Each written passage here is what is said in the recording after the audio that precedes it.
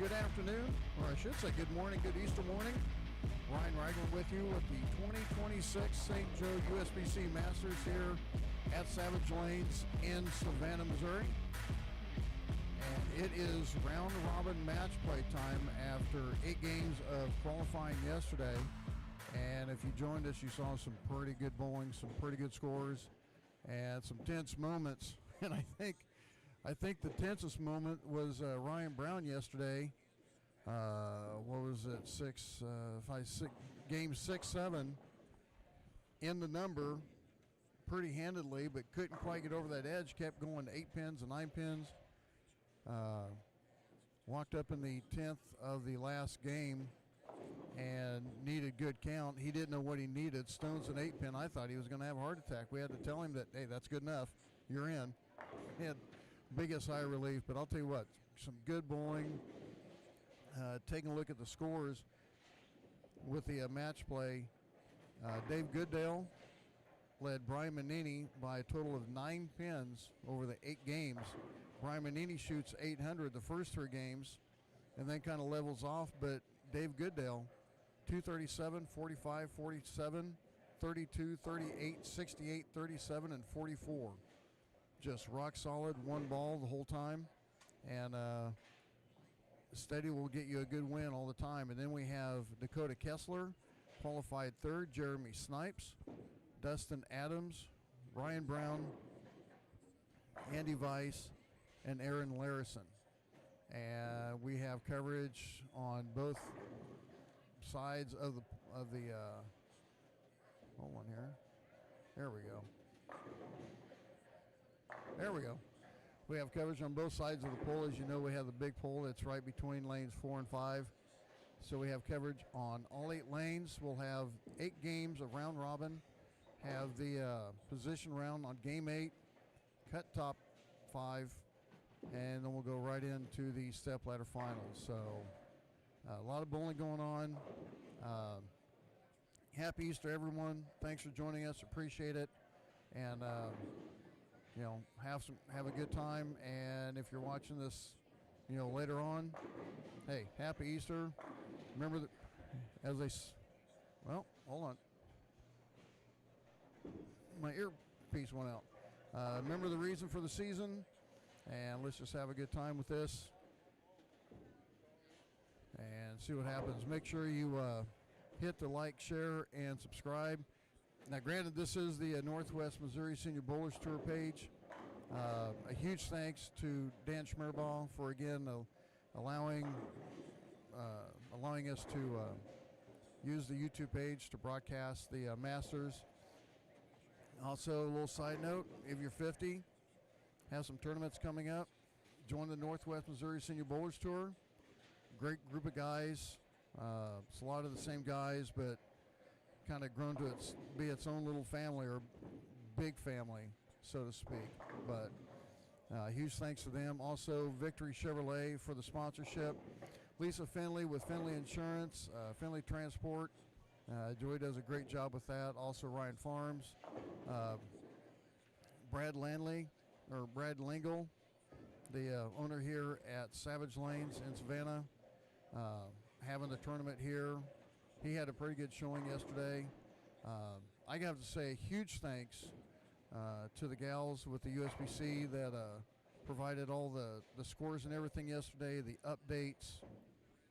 I promise you, without them doing that, this broadcast would not have even been near half of what it was. Because of them, I was able to keep track of everything and keep the updates going. And yeah, they were pretty solid. So you're not going to hear a complaint out of me at all. So also, we're going to have a updates. I'll have them scrolling on up at the top. I don't have it right now, but once we get the first game done, we'll have the updates on the positions on who's where. And when we get done with that, when those come in, I'll get those updated. And man, they let just any hobo just walk on in and just take a seat, don't they? Yes, they do. Joey Finley joining me, and dude, this has turned out to be another good tournament. Yes, it has. I'm impressed. I made the comment. I think the heart attack moment of the tournament so far had to be Ryan Brown, game 6-7. Kept leaving the 8-9 pins, and he's trying to get over that hump, and then he, walks in. Yeah, he made it through it and got his way in. And don't forget that Andy Weiss there toward the end of the first squad. He came off there and bowled that. You got to talk into the mic. No, you got to talk into it. Okay. You keep turning your head. Dan's gonna kick in the tail next time. All right. Well, yeah. Well, Andy Weiss anyway. He had that big run there at the end of the first squad yesterday to that's get true. in. So Ryan and Andy, they did their thing. And I think we're about ready to go. Yeah, looks like we got about 20 seconds, and everything will start lining itself up. See, I like this. We didn't have to wait. I mean, I don't know. My computer clock says we're 2 minutes late, and the clock up there says we're 2 minutes early. So, yeah, on the average, right at 9, like we were talking about, I guess. Yep. And we try to keep everything running on time. Doesn't always work that way, but. Well, and I'll tell you what, at the pace where this may end up going, 2 o'clock, be done with everything. Oh, I would imagine, yeah. 2, 2, 3. You know what? I might have time to get home and drill my new ball and bowl league tonight. Yeah. What are you going to drill? Tension Star S2. Hey, worked good for Steve Slocum. Well, Steve Slocum can make a ball of dirt look pretty good. Yeah, he does all right for himself. But that's the same way with Mr. Manini here. He can throw a rock down there and make a strike. Well, I made a little discussion with Brian Manini. I'm trying to talk him into going to Reno with us. Oh, that'd be cool. We had a guy drop off, and I looked and I said, "Hey," I said, when do you go to Reno?" He goes, "I don't go to Reno." I go, "You do now?" Right. No. I'm like, "No, dude, I'm dead serious." I said, "I can't be more serious with you on an Easter Sunday. Exactly. We need you." Well. So, I figure if you're going to get a fill-in, that's a pretty good fill-in. Oh, yeah. That's you tell me where you're going to find a better fill-in. I don't know of any. You're going to be hard-pressed. Yes, sir. So the interesting thing with this, and I've come to the point of seeing this like on Bowl TV with the PBA qualifying and everything, that your difference of lane transition with not having the variable different styles. Oh, yeah. Yep. Plus your number of games. So after 8, like an A squad, they had 4. To be able to get to lane 8, you're barely going to get to game 4 off your qualifying. Oh, yeah. Yep. Game 3, 4, and 5. That's when you had your really big games, the transition coming in. Yeah. So this is, the guys that didn't bowl well early. To me, it's like, okay, you're going to have to figure something out, really quick, because evidently the fresh wasn't your friend. Yeah, exactly right. But then again, toward the end here, when the every strike, every pin counts, the score should be fairly high. I got to figure the one, and I'm going to toot his horn a little bit, even though he just got done missing a 10-pin right out of the gate. Brian Manini shoots 800 the first 3 games. I believe it was the only 800 we had on the tournament. And I'm kind of looking around. It might have been, I think it might have been the only one. You got to think early the first 3-4 games. Mm-hmm. If he can get into that stroke that he had yesterday, that may end up working for him. Yeah, it could give him a little bit of a jump start. He's not carrying very well right now. He had back-to-back 10 pins, missed one of them, which is out of character. Yeah, well, he's not the best spare shooter. I can get on him about that. Take a look at the matchups that we have real quick. We'll switch back over here. Let me get this over here. Get that. Take that off. There we go. On lanes 1 and 2. And this is just 1 versus 2, 3 versus 4, so on. Dave Goodell's taking on Brian Manini. And on 3 and 4, Dakota Kessler is taking on Jeremy Snipes. Snipes. I'm trying to do three things at once. Then we come back over here to 5 and 6. Dustin Adams taking on Ryan Brown, and then Andy Weiss taking on Aaron Larison. And I kept trying to figure out why Jesse kept calling him Larison, because on the paper it said Larson. And then Jesse goes, I'm trying to figure out why you kept saying Larson. That's what it says here. Little typo. That's like spelling my son's name Jeffrey, Jeffery, instead of Rey. Right. I couldn't tell you why we did what we did, but that's just the way it is. Hey.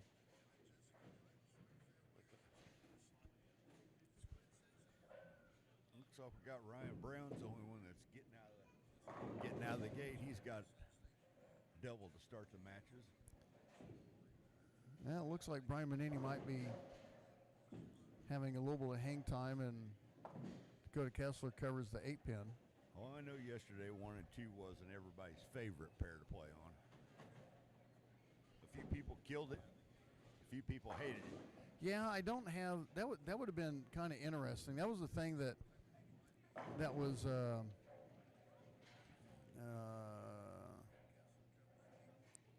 kind of fun to see when Adam was with me.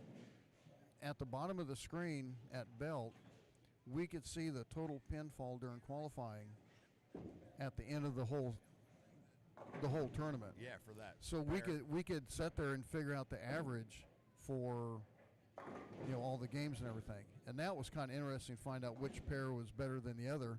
And I think we ended up using one of the lower average pairs for the match play, and still had some pretty good scores. Oh, yeah. And here we didn't have, on who was bowling on what lane and what they bowled and stuff, but that's kind of the fun doing the broadcast for the Northwest Senior Tour, is that Dan has a program that can print out, scores for each pair at the end of the qualifying.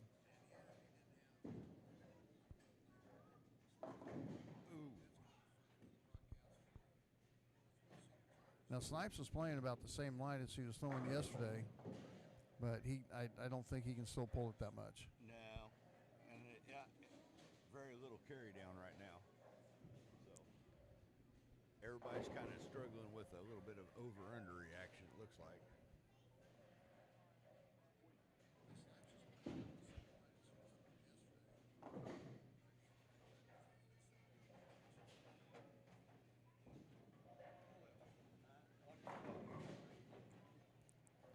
A lot of 10 pins being left on 1 and 2. Yeah.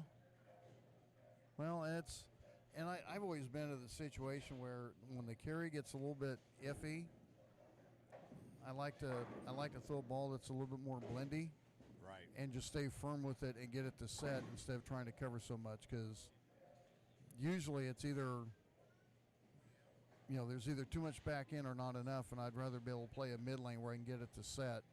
Yeah. And just roll up. Looks like Dustin Adams is working off a double on lane 5 there.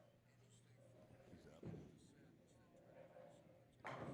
He threw that concept the whole time yesterday, and there were times where I thought he needed to get that ball out of his hand. Yep. Some of the looks weren't that good, and if you're not throwing it well, it's going to look bad. Oh yeah, you're right. So you're right. That's kind of, I think that might have been part of it. But hey, far be it for me to tell him, what he needs to do anything when he's the one making the top 8. That's right. He made it. I ended up throwing my concept yesterday, game 5 or 6, 7, 8, and I did pretty good with it, but it was a little bit too long early, too oil sensitive. Yeah, all my stuff I have going to Reno is pretty fresh. Right. I keep telling myself, okay, I'm done buying equipment for Reno, and then, okay, there's an Attention Star S2. Yep. I had end up getting something else and something else. I'm like, damn it. I'm trying to figure out why you need to buy more balls or whether you just need to be better. I don't know. I think the latter comes first, and then you kind of justify the second. So for the first part. I got 500 balls at home, and none of them make me better. Yeah, no, then. Well, I have a drill press in my garage, so it's like, ooh, I could drill it. I can use my drill press again. That's right. Damn it. That's why I'm like, I got to think, I'm like, yeah, we get done quick enough. I can make it home in time, drill it up, and throw a league tonight. Heck yeah. Why not? And I'm really not in the mood to bowl league, but, you know, it's like, well, we don't have very long till nationals, so you got to keep the bones moving. Oh, I'll probably end up buying a ball in nationals too. I'm known for that. That's all right. Especially if you can get with somebody that guides you in the right direction and puts you in the right layout. Last year it was justifiable, and I used the Rockstar that I got in Baton Rouge, and I needed it, so it was like, okay, I saw a hole, filled it, and used it. But right. Don't just buy a ball because you can. You'd think out there at nationals they'd give you a little bit better discount on that. Boy, they sure stick it to you, even though they got trailers and trailers of balls out there. Yeah, they get God, the shipments they get throughout nationals. Yep. You know, those USP guys or FedEx guys or whichever, those guys are like, really? Again? Oh yeah. They're either that or they're going, all right, that's half my trailer. Right. Yeah, I got one load today. I'll be at the bowling stadium. I'll be there for a while. Got Dakota Kessler stringing a few strikes. I think Dakota started off pretty well yesterday. His first three games, 79, 25, 02. Yep. Then he goes 45, 57, 54, 12, and 43. So he only had a couple hiccups with the 02 and the 12. Other than that, he was pretty solid. Yep. He loves these wood lanes. He seems to, he bowls up here also, but he has shot a lot of big scores up here. Also need to remind everyone, all the scores go back to 0, which kind of surprised me when Jesse said it, and I'm like, no, I earned it. I keep them. No, back to 0. I'm like, all right. You knew what the rules were coming in. That's right. Yep, that's the way they've always ran it. And I like it. That's like, yeah, okay. Sure it did. You do realize you don't have to pull at 5 boards. You do realize. Figure that out. Yeah. Okay, I'll decide to let you know. Trying to help out how I can. Very good dude right there. Yeah, he said he was watching the broadcast when he got home. Hey, why not? He was chilling out. He was trying to win. Yeah, he was making fun of Jesse, making fun of the Amish. I'm like, I don't know what his deal was. I'm sure he was a good guy. I'm pretty sure that that's pretty crazy. Jesse making fun of somebody like that. He's a good guy too. And we're getting close. Looks like 7 and 8 is going to be done first. And 7 and 8 is hard for me to see for the scores. Looks like 226. Larson just opened. And he can shoot 202. Both of them are working off an open in the 9th. So. I got my schedule here, so I'll be able to. It looks like Andy Weiss is gonna beat. Yeah, he's gonna have to. Yeah, he just got a mark, and he don't even have to do that. He's not gonna have to mark. Yep. 9 pins.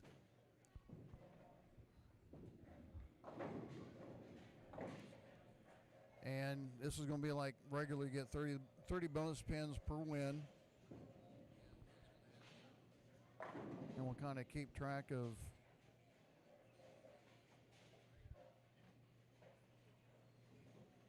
what everyone has. I'll do my best, but I'll get updates. But I'll try to get the sooner updates. And everyone's going to get done about the same time, so I'm going to be trying to chicken scratch when I can.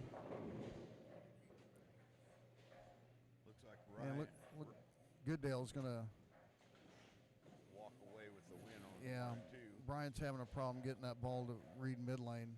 Yep. He really likes that alert and crown victory. I'm almost wondering if he needs to get that out of his hand and get something that's going to be a little bit smoother. Very well could be. Something's going to more MIDI. But like we said, though, 1 and 2 yesterday was you either liked it or you hated it. There wasn't any in between. Trying to see what Larson just shot. I can't tell with the angle. He struck out for 202. All right.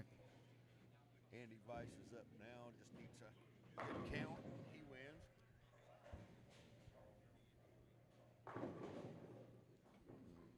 Looks like on 5 and 6. That's a big pull right in front of the score monitor. It is. Ryan Brown can shoot 258 against Dustin Adams. You can go out for 209.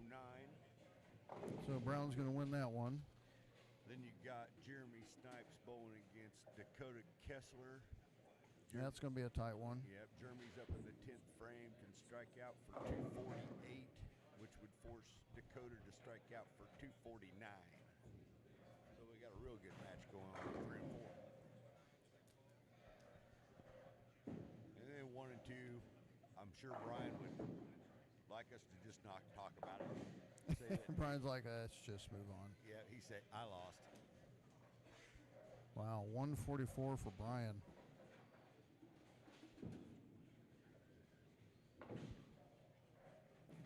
That I did not have on my bingo card.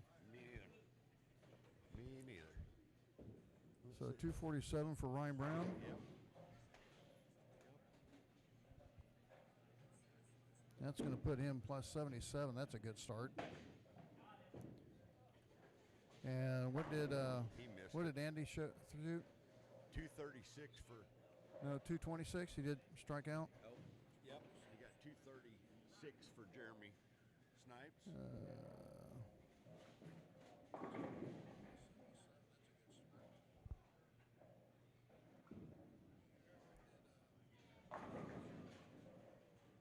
Yeah, it's coming down to the end. Looks like Dakota struck on his first ball on the 10th. He just needs to get 9 and out. He can win on that game there. On fresh, that concept is a good ball. I think it would be. It's going to be with surface on it. I keep mine shined up, so I think with surface it's going to be great. Dustin Adams, one more for 209. Dakota So that's in the 240s. Dakota Kessler, one more for 249. So Dakota with the win. Yep. You got Dave Goodale, he's got 207.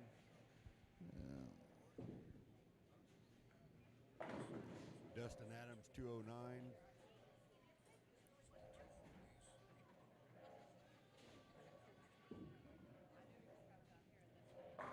Dakota Kessler, 249.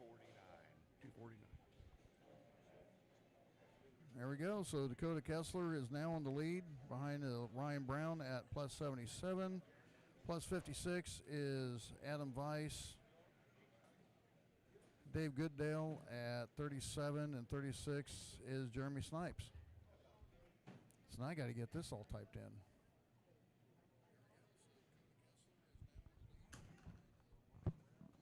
Going to be some good battles all day long here, I think. A lot of great bowlers in here.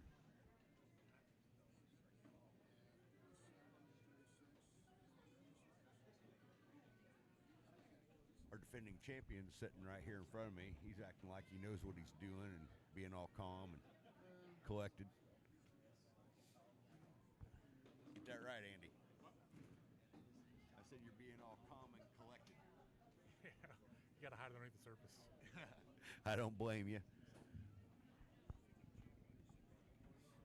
He says I'm really nervous, but I'm not going to let these guys know nothing.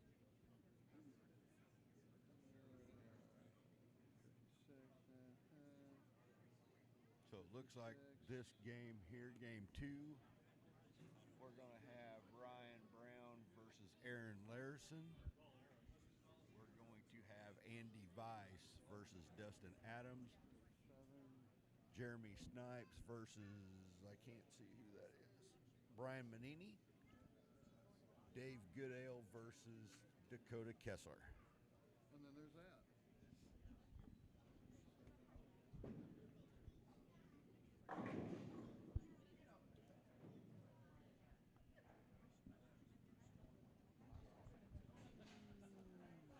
There's another 10 pin down there on 1 and 2 right out of the gate.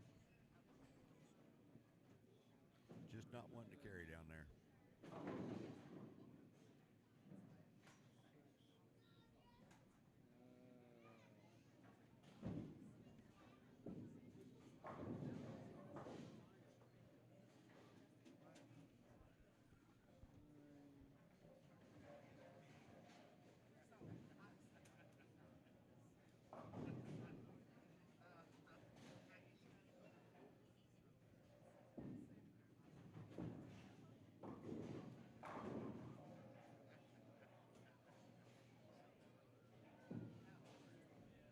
Andy Vice with the spare. Start off game 2.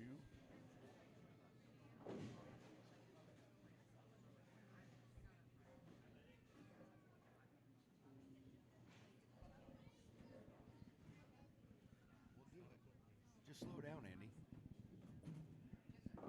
It's funny how much you can tell yourself to do that, but you don't never listen. It's stupid.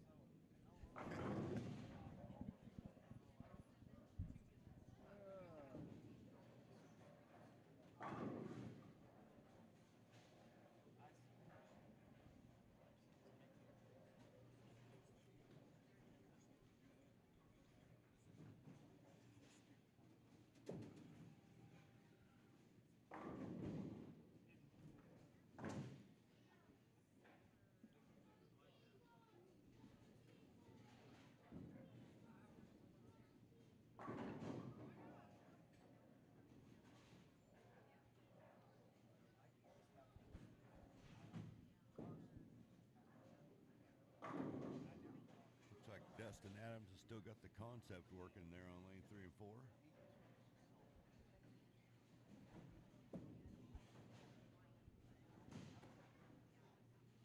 Dakota Kessler down on 7 and 8. He started out with a double, along with Jeremy Snipes.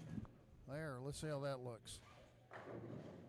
So we have the name, place, their over under, and the record. So we'll have to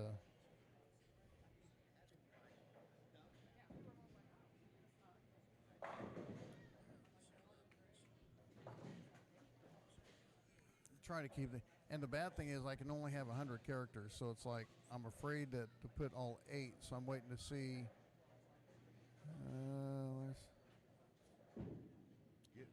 Okay, so what I need to do also is, there we go.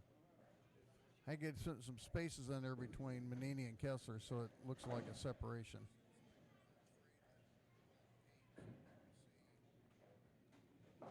Yeah, this is going pretty quick, 20 minutes. 20 minutes, already a couple frames into the second game, so this is going to be fast and furious. Oh, yeah. Well, a lot of these guys bowl fast anyway. So that just makes it quicker.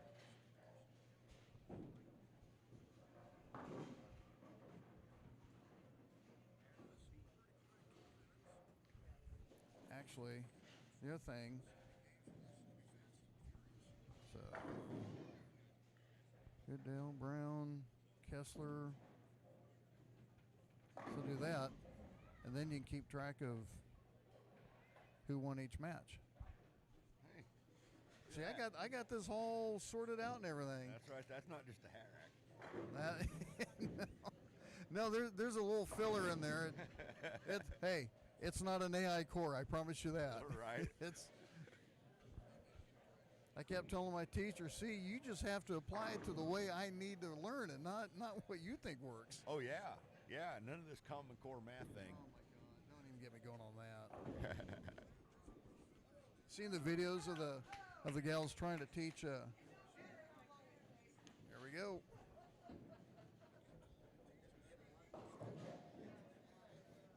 The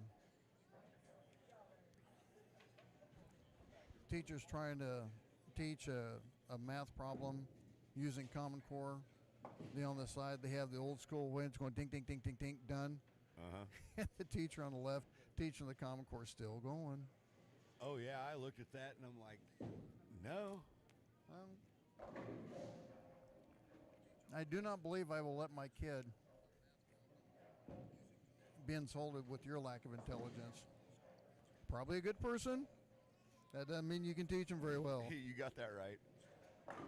I learned some things they probably don't need to know. Well, I think that goes with every kid at some point. Oh, yeah.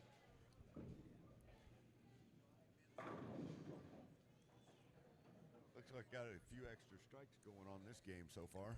And I'll tell you what, Dustin Adams, to me, could be a sleeper since he likes that concept so much. The transition's not going to be as hard. Right. Going into, the game, so his condition's going to hold up a little bit longer.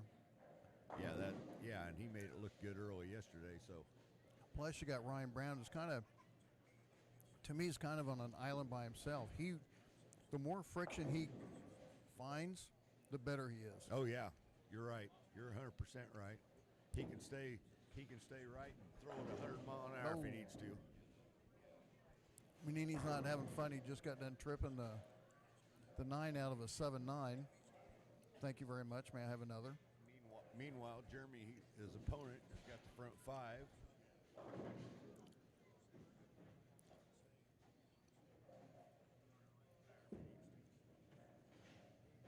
And Device picking up the baby split.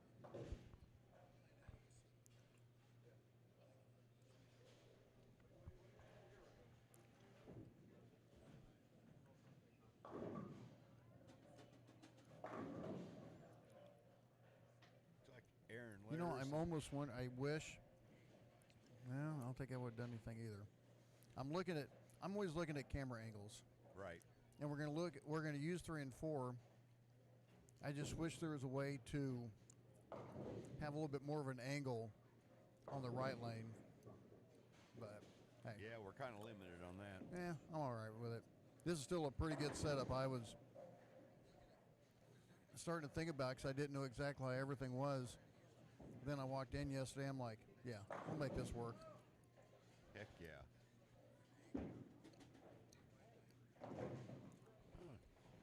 Manini on the spare. Yeah. The old 3, 6, 7, 10. Common everyday spare. If we can get.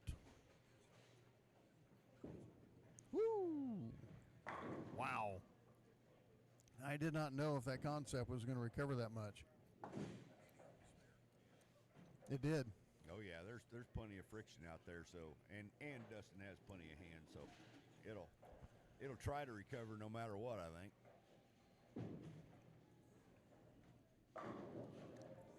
Jeremy's got the front 6 down there now.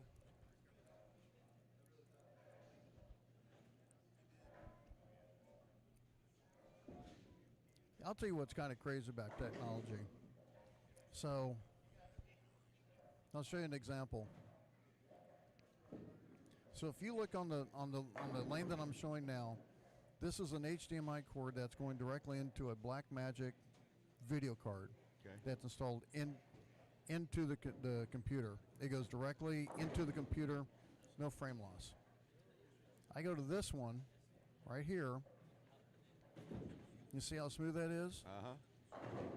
That's a cheap $15 3.0 USB video grabber with the HDMI cord going into it, and I have a USB 3.0 cord going out of it into the computer.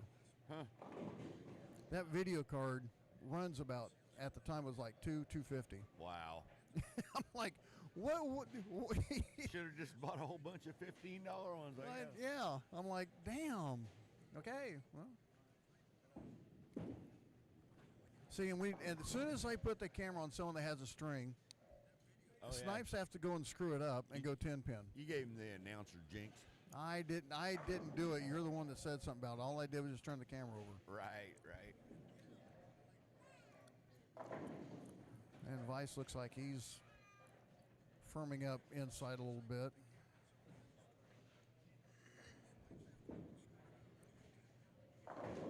Looks like ball change.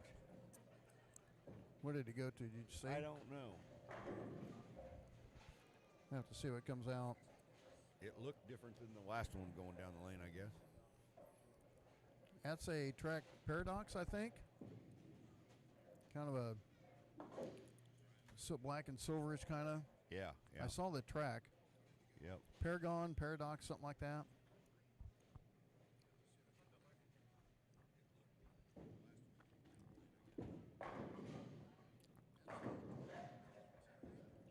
Well, Yeah, it looks like that. he was- doubled. Yeah. And he had that Norman Bowler's look walking back going, jeez, do that sooner. Come on. Yeah, where I been. Wow. That's the thing about this sport, though. You move from pair to pair. You're not necessarily throwing the ball that great. So you don't know whether... You don't know if it's you or the ball. Yeah, you don't know whether you're just a moron or what's going on. Well, a lot of people would say it's the former for me. So, Right. Oh, really? Ryan Brown just soft touched a 7-10 out. Yeah, he just kind of slammed it in there, and there they went. Okay. Ooh, Jeremy had a solid 8 there.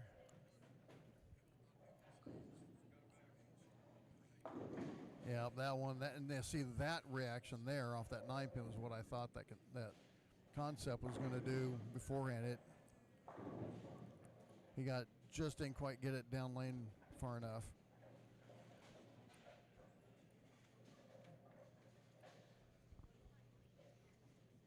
Looks like on lane 1 and 2, Aaron Larison can strike out in the 10th for 247. No, we're getting to that already, aren't we? Yes, we are. And it looks like Ryan Brown can punch out for 269, so we got a little bit of a matchup going on over there. Jeremy with back-to-back spares can shoot 269, where Brian Manini can punch out for a 245 game. All right.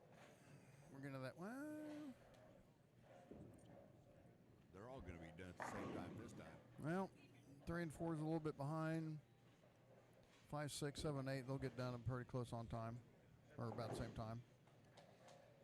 Aaron Larison with the spare on lane 2 puts him in the 220, so I think Ryan Brown's probably going to close that game out here. Just needs good count. Yep.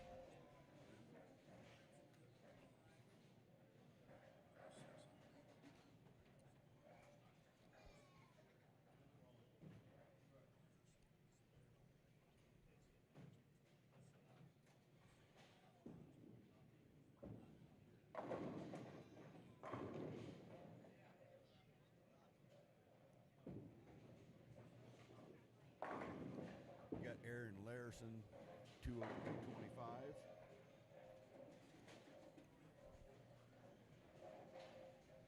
$225, Aaron Larison.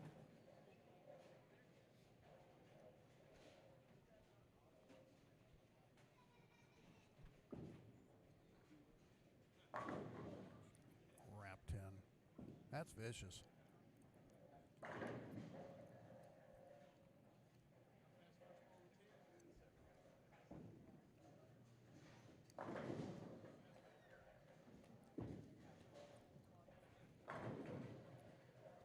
Looks like that was a pretty good ball choice for Mr. Manini. He can strike Yeah, he's out going to for- kick himself in the tail for the. And you know what happens? He finally gets the good ball change, and then he just gets on that roll. Oh, yeah. He can do that quick. Yes, he can. Yes, he can.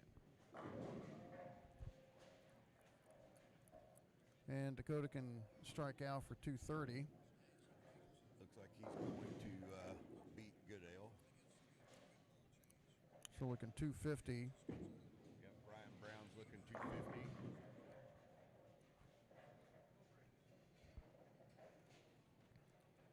Spare for.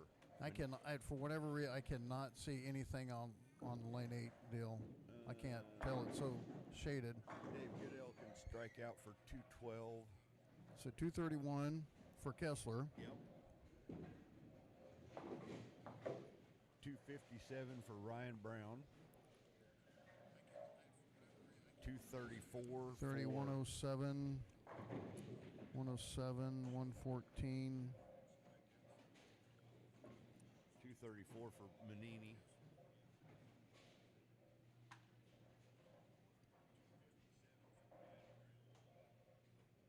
Is that right?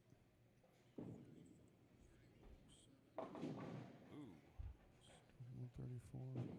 Yep. So Ryan Brown, 164 with a 2-0 record. And Dakota finished 221, 231. 231. I can't tell what Goodale has. He can strike Yeah. out for 2-0, which he's got a double, so he's going to shoot 2-0 something.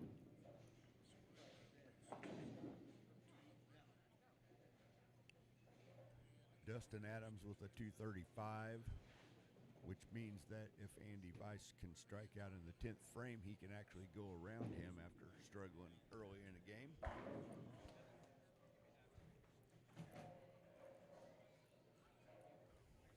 And one more shot for Goodale. You said 212? Looks like. 211? Yep, 211.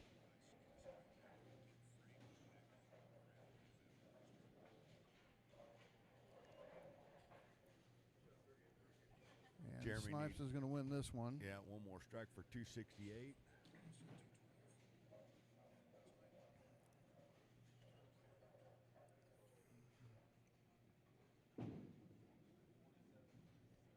And 267 with a solid 7-pin in the 12th frame. Looks like we only got one more bowler left. So 90, 103, 130.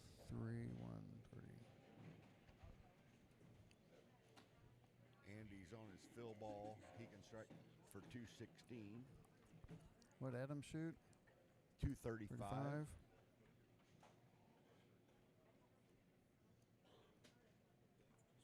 And that's going to be a win.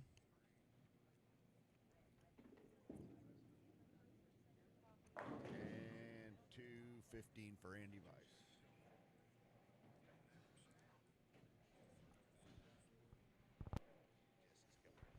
All right. I'll be right back. I'll get these entered in real quick and be back in a second with game 3.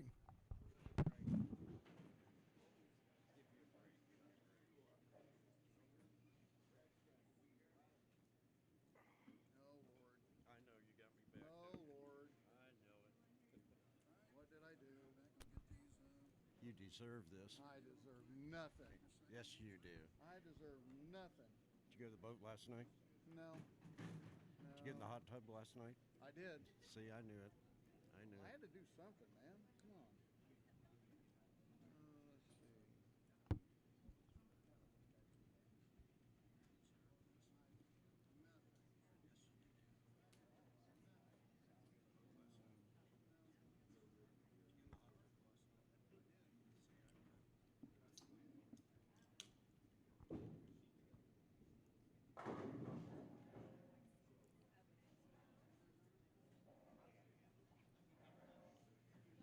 I need a highlighter. You have a highlighter? Not on me. Do they have one up there? Let me go get you one. If you could, please. That'd make it easy to figure out which one I've entered in.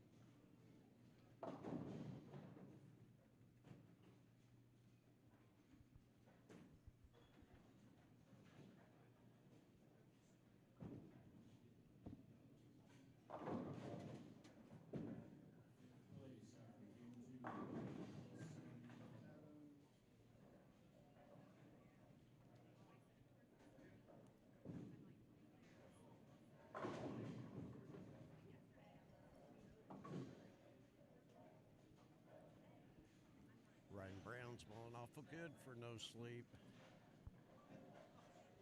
No sleep for why? He worked last night. Oh, Lord.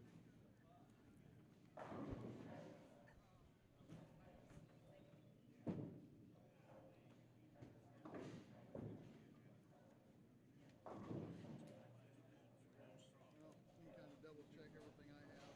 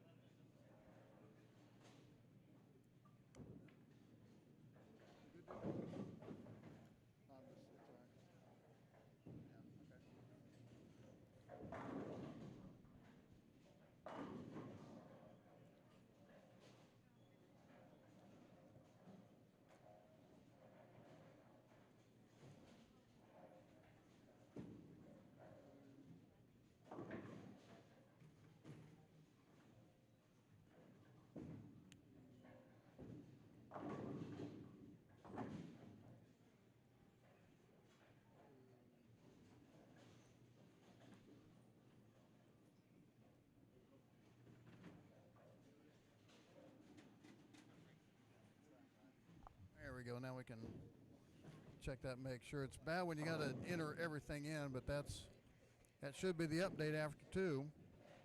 Ryan Brown leading. He is 164 over. I got to double check my numbers to what they have to make sure I'm right. In fact, I could probably just wait till they get it in here because they actually got it pretty quickly. Yes, they did. They were on that. They were on that one.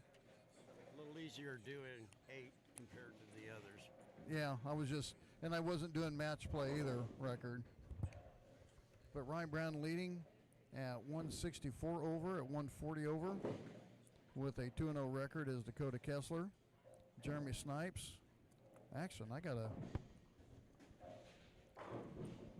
this was a Brown. No.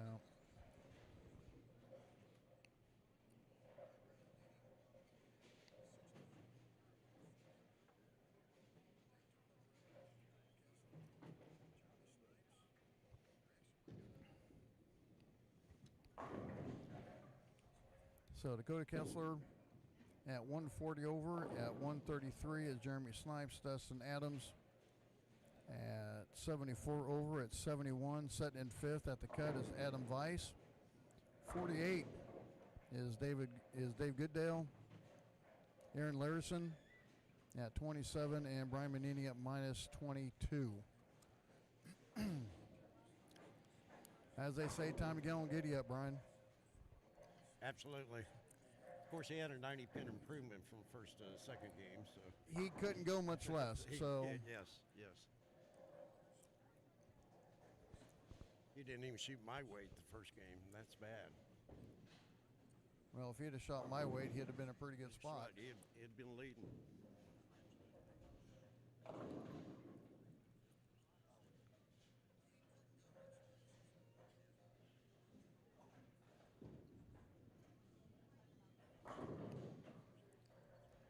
Dakota's got the front 6. He likes what he's doing. It is his house. He will be tough. Oh. Jeremy didn't like that stone 8. No. He left one on 6 last game, too.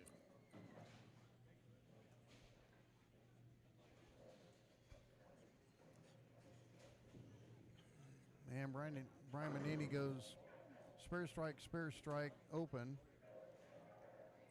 And Ryan Brown goes strike open 3-bagger.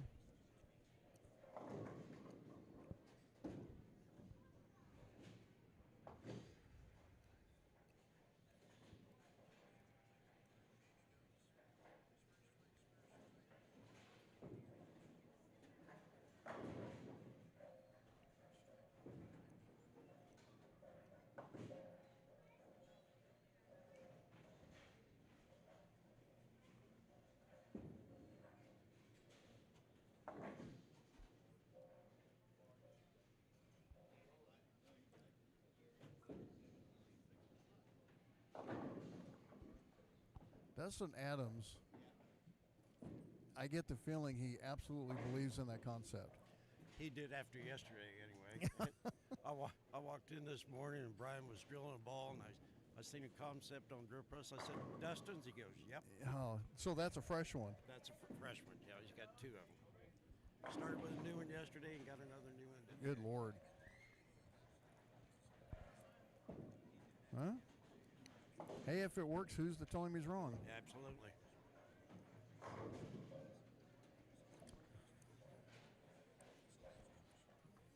As Nelson Burton Jr. would say, it would behoove. No, actually, I had it backwards. Ryan goes strike. Brian goes strike, open, 4-bagger. Ryan Brown goes spare, strike, open, spare. So, I had that backwards. And as I made the comment to Joey, I said, once someone gets the ball change, once it gets going, Yeah. Brian can just go. Yeah. Oh, yeah. Yes, he can. Yes, he can. And with the 30 extra pins, you can really, Make up some ground in a hurry. yeah.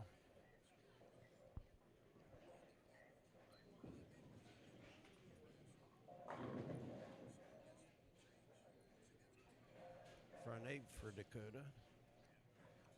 See, I guess I have to leave it now because usually when we switch over, that's when whoever's on the string misses.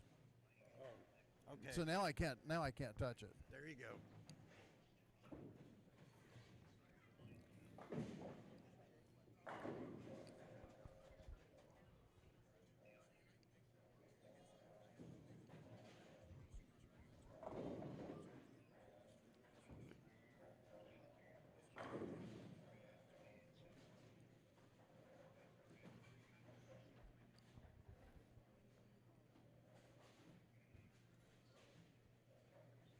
I do have to bring up Jeremy Snipes is the shortest guy in the squad today since Really? Errol Cordell. You have saved no Amish guy to tease on no, today? No, I don't. He's Good Lord, Jesse.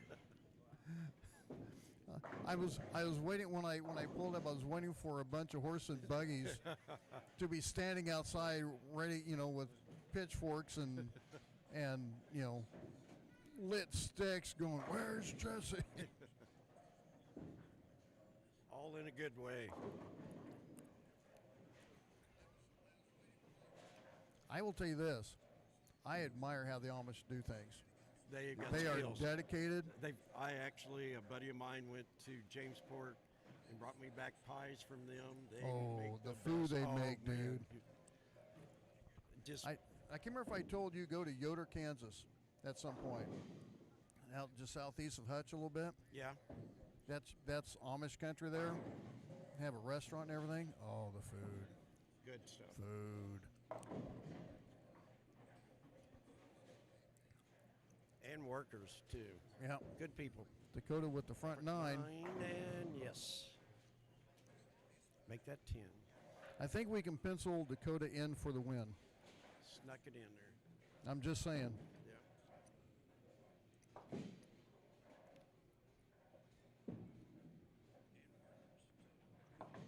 And Andy could throw 10 strikes that game, and unfortunately had 2 circles. It and just quit. wasn't enough. Just wasn't enough.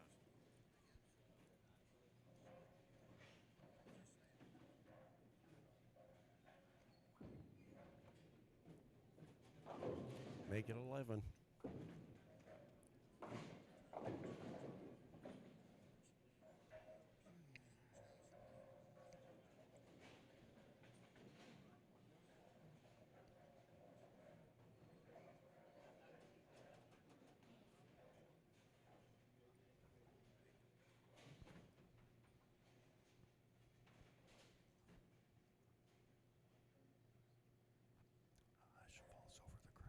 Yes, it did, didn't it?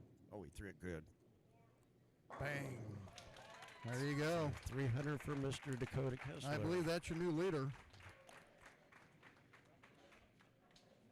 3:30 game. That does not suck. No.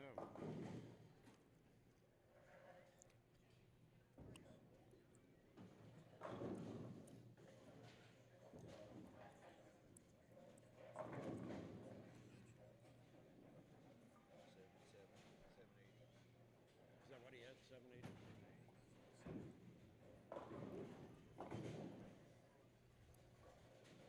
I think that helps him in the standings a little bit there. Yeah. Shoot 780 plus 90 pins bonus. That gets you 870 for the first three.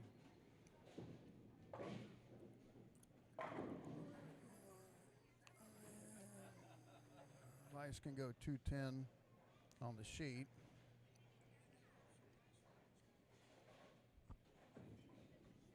This is going pretty freaking quick. We're not even an hour and we're already coming up done with 3 of them. And 1 and 2's running a little slow, but they've only been, that make that 4 strikes. Yeah, but you got that good deal guy over there, and Well, he strikes. Got that shorter guy over there, too. yeah.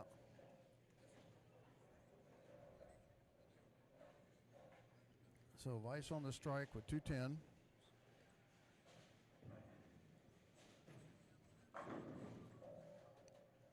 $209.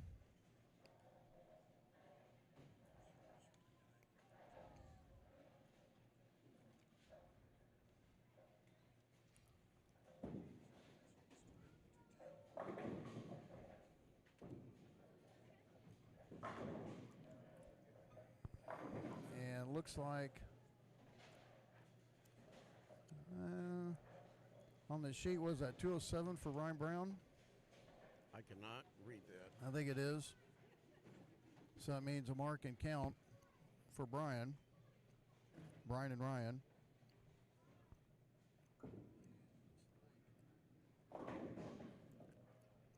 Then you have Aaron Larison on the sheet, and he can go 16. Yep. Goody can go 230. Yep.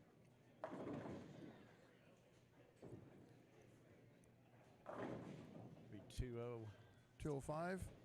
203, I'm going to guess. Oh, Brian? Yep. 205 for Ryan.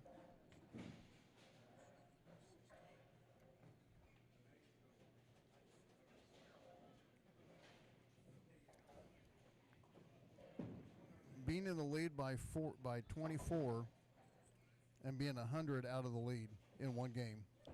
300 can do that. It'll do it real quick.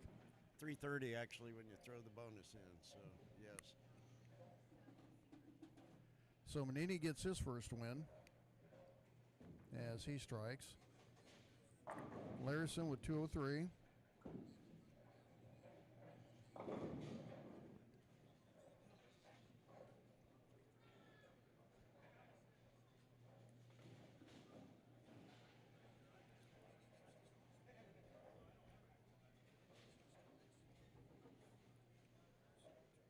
And Goodale's going to come up. That's going to help him in the standings with the win plus the 30 bonus.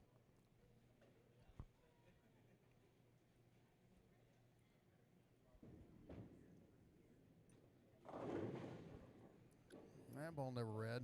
Nope. Win forever. So 25 on the spare.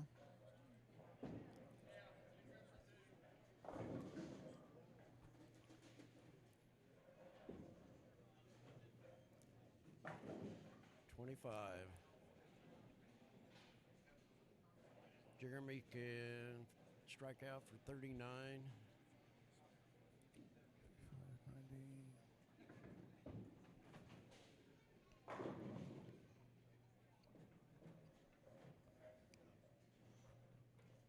590. And Manini with 212. And a win. 42.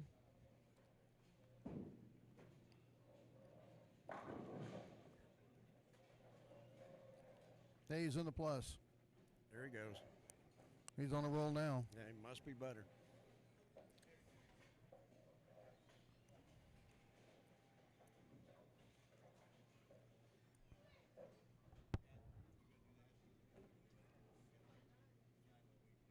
I need to get me headsets that have the microphone on it because holding the microphone for so So long, long, my elbow yes. gets stiff. Yes, your hand cramps. Yes. And I'm right-handed, so I have no other option but to hold it in my left hand.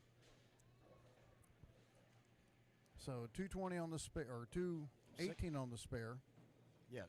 And that's going to give Snipes the win. Yep.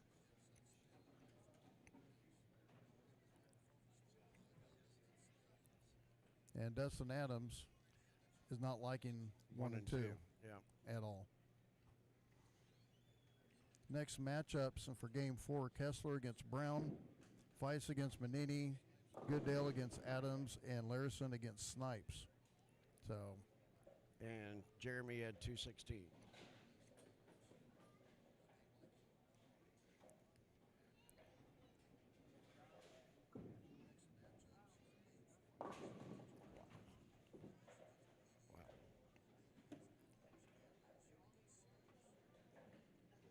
he jumps into second place behind Kessler. It's only 90 back.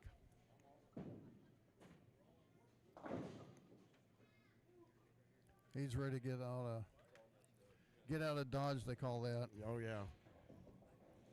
Him and Brian really like that pair.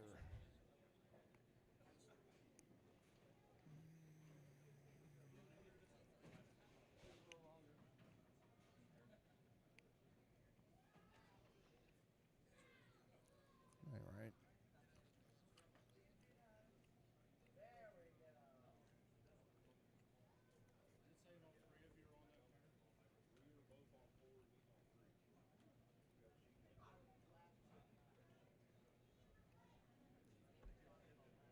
All right, give me a second. I'll get these adjusted. You can talk, Jesse. I can talk, Jesse. That's a bad language. I get us all in trouble. Yes, yes. What do you need, Andy? Do what? They're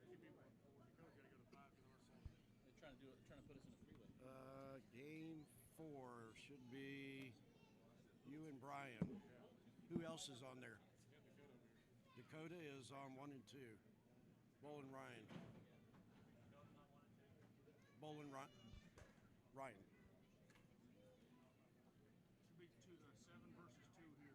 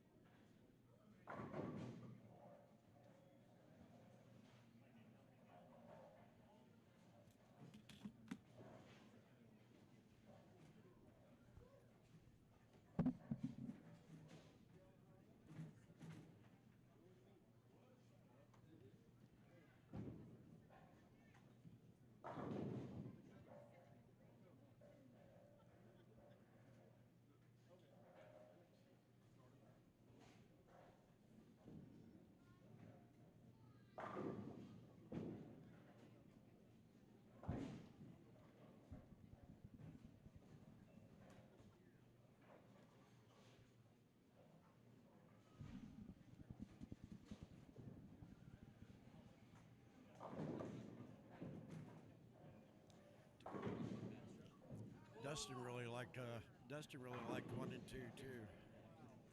I would have been better off not getting practice on it, honestly.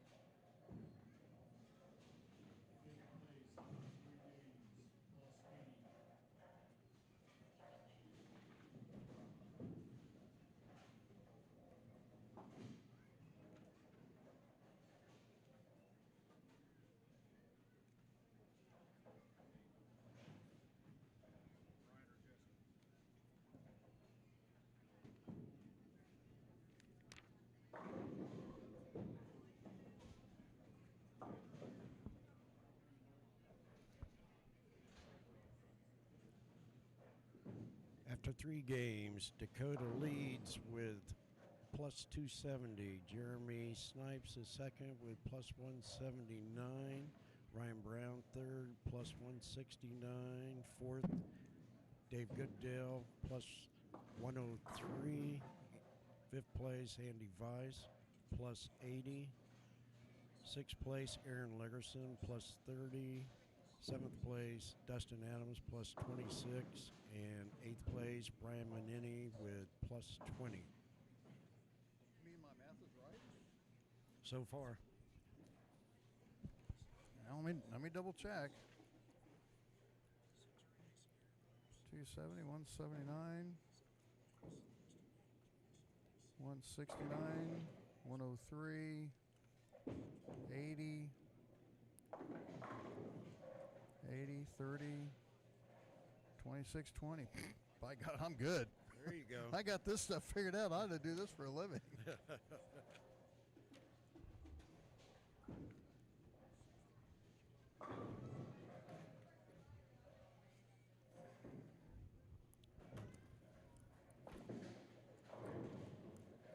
And taking a look at our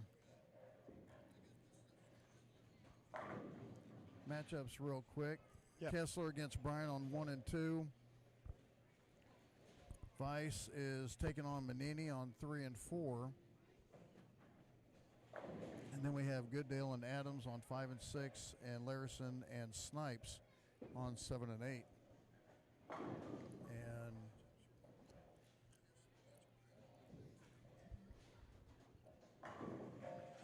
so right now the cut's at 80. Everyone's in.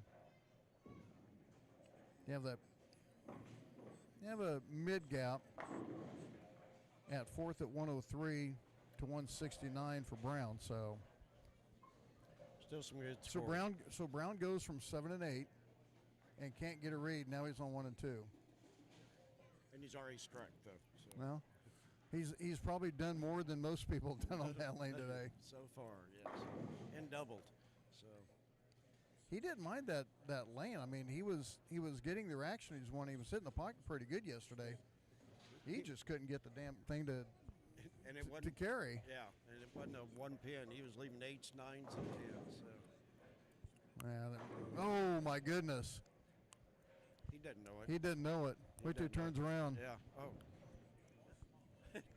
Yes, it did. I didn't have it on camera, but it fell. It fell about as good quality as that shot.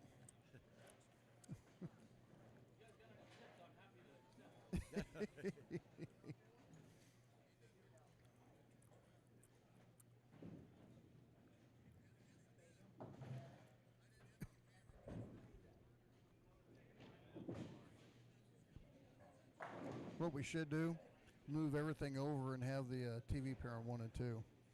They'd enjoy that. They'd love me for that one. Yeah. Not that I have executive decision or anything, but Right. I'm just saying.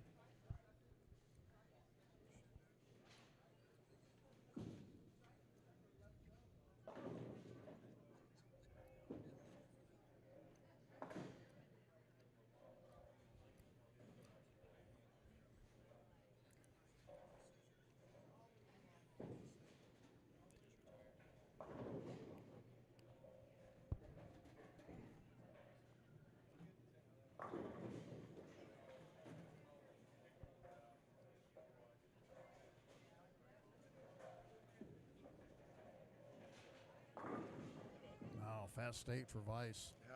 front That's four. not nice.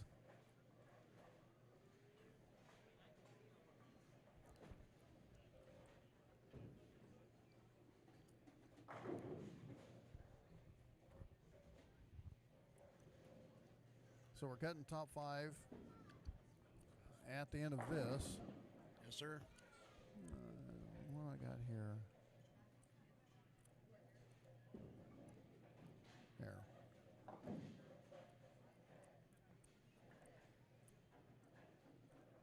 I don't think Larison liked it being 0 and 31. No, he didn't. That wasn't. That's not a good record. Hey, I get to 0 and 10, I'm out. You got it. I don't even know if I'd hold in that long.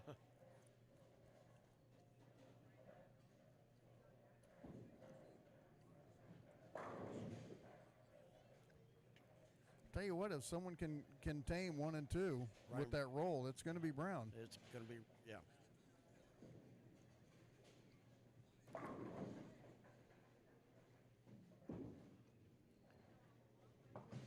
And he's got a spare and 4-bagger, and that's big right now on that Oh, pair. that's huge. He's going to need it to keep up with Dakota, yes. And he just doubled at him. And his ball ain't finishing near as hard as well, there's another ball change. it worked. Waiting for a little transition. Be able to get back into that alert for Brian.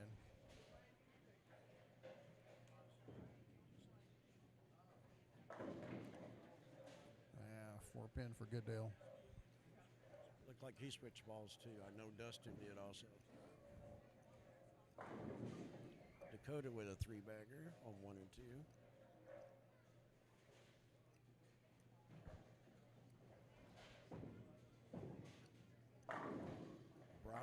Brian Manini is throwing harder. Yeah, He's that's- joining the crowd, joining the hard down and in crowd. I like it. I think that's what he does best. I don't know why I remember it, but you know, there's times you just remember something for whatever reason that means absolutely nothing. But when KC North, NKC was still open, we had a tour stop there, and Manini made one of the finals, and I remember seeing, you know, transition on the lane, figuring,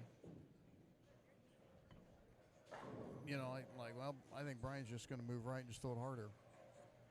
No, it made me look like an idiot, softened up on the speed, looped it, and crushed it. I'm like, well, that shows what I know about him.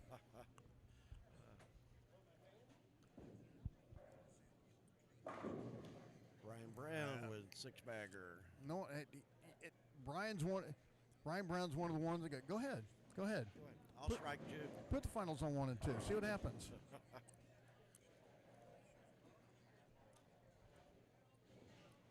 Looks like 7-8's going to get done first again.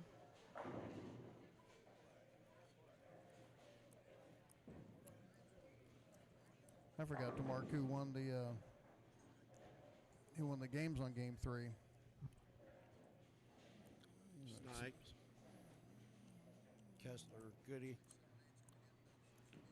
and Brian. Yep. That's your assignment. All right. I'm done after this game. I'm taking a break. I think I'm going to send you down the proprietor. You can only take so much of me, right? Yeah, well, yeah. I'm not a good talker. Less alcohol's involved, and then I can talk your head off. Well, Larson's looking 280. He needs that. That jump him right back in it. Yeah, that would be a huge game. Dakota just threw his 5-bagger at Ryan. Yeah, he got that one right. And that's the thing I've kind of noticed about this house is with the wood, you have that track area where the friction is, but man, if you get past it, it's an out of bounds. Yes.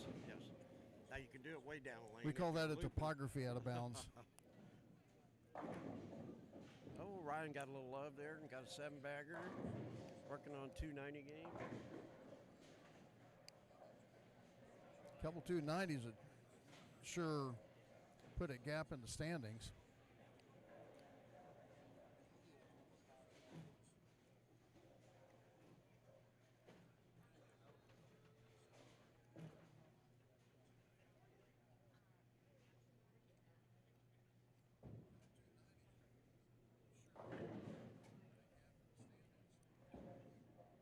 Well, that didn't work out for Larison.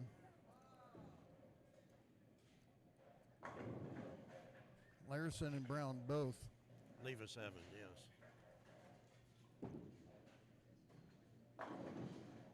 Then that ball never read for Manini and just goes flat 10. He's not throwing it well today.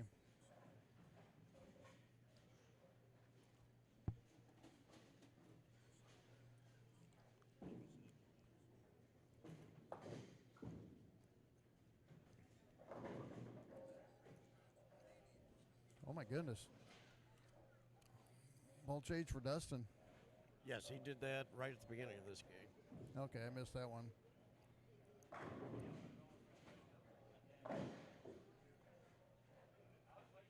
So Larison off the sheet is going to go 59.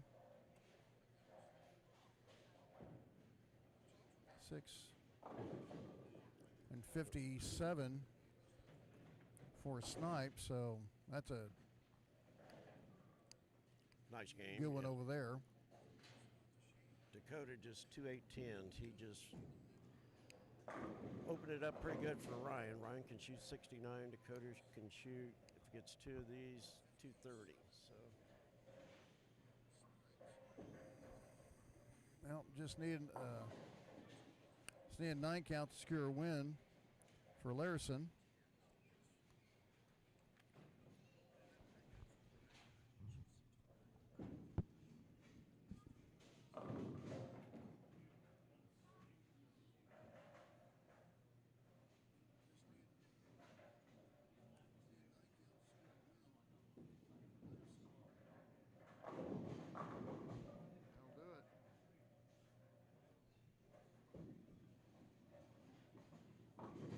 oh, Dakota.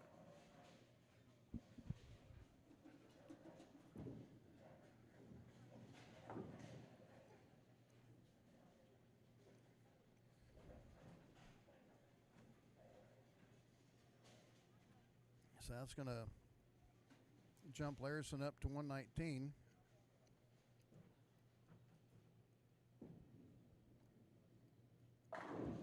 Andy's got one more for 57.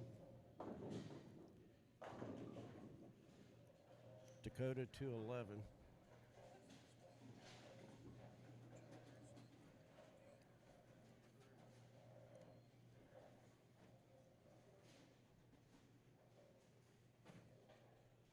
Did you get Dakota's? And even though Snipes needs to keep going.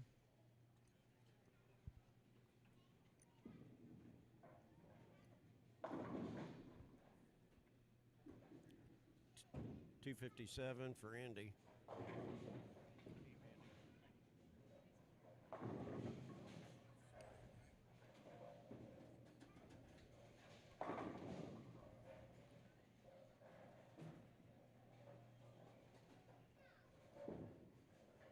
Man, 1-4 for Snipes.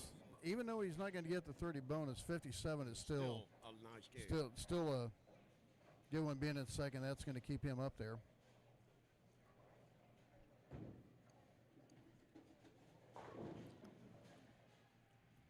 I think it's 53, it looks like. 54? He got a 6 count. Yeah, that's what I'm saying. It looked like 54 though. 253.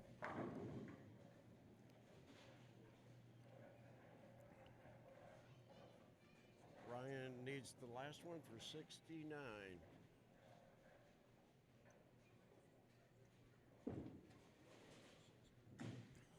I think Brian's ready to get out of here. Yeah, buck 88 for Brian.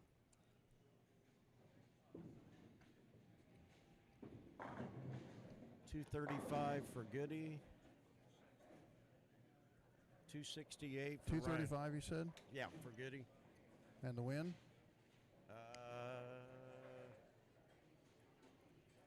Yes. 235. Yep. And Ryan had 69 in the win. 68, my bad. 68.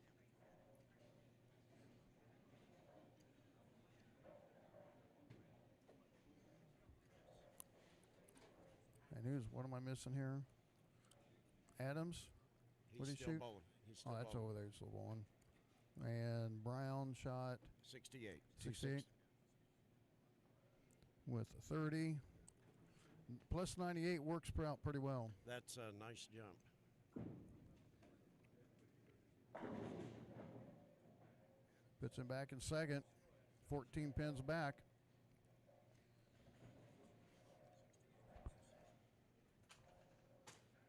So 217 for Dustin.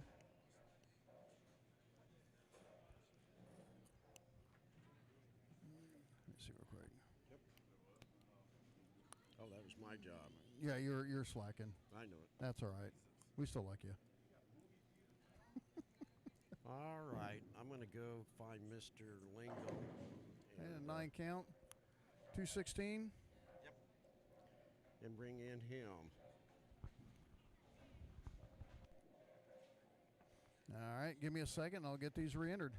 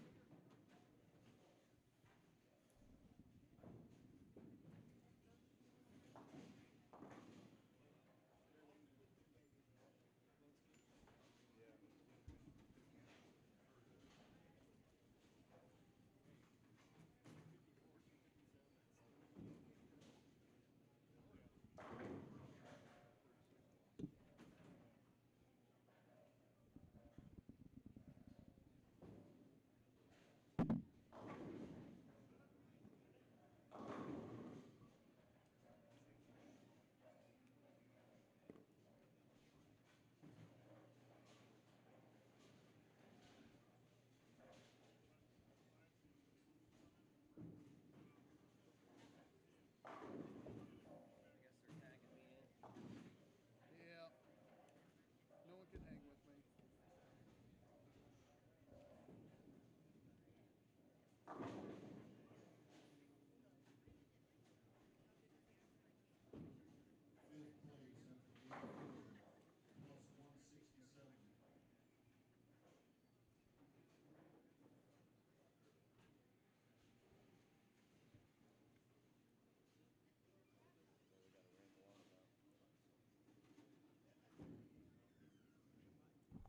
Alrighty, there's your standings right now, and I'm waiting for the confirmation with Dakota Kessler at 281, Ryan Brown at 267, Jeremy Snipes at 232 in third, 181, 267, the 233? Is that right? Must have got the wrong score. 168, 54, okay. My bad. You know what? I don't think one pin's going to make a difference, but he had a 6 count on that last ball and the red 6, or red 7. Oh, well. Not that big of a deal. 263, excuse me. 233 for Snipes. 168 over for Dave Goodale, and 5th is Andy Weiss at 167. And then you have a little bit of a gap at 119 for Aaron Larison, Dustin Adams at 42, and Brian Manini, un-Manini-like, at 8 over. So it's just how it is.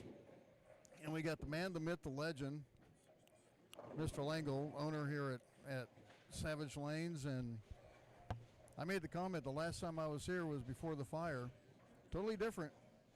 Yeah. It looks different. I like it. It's nice, simple. Don't anything. I think those are the only. This is the only place that has those masking units.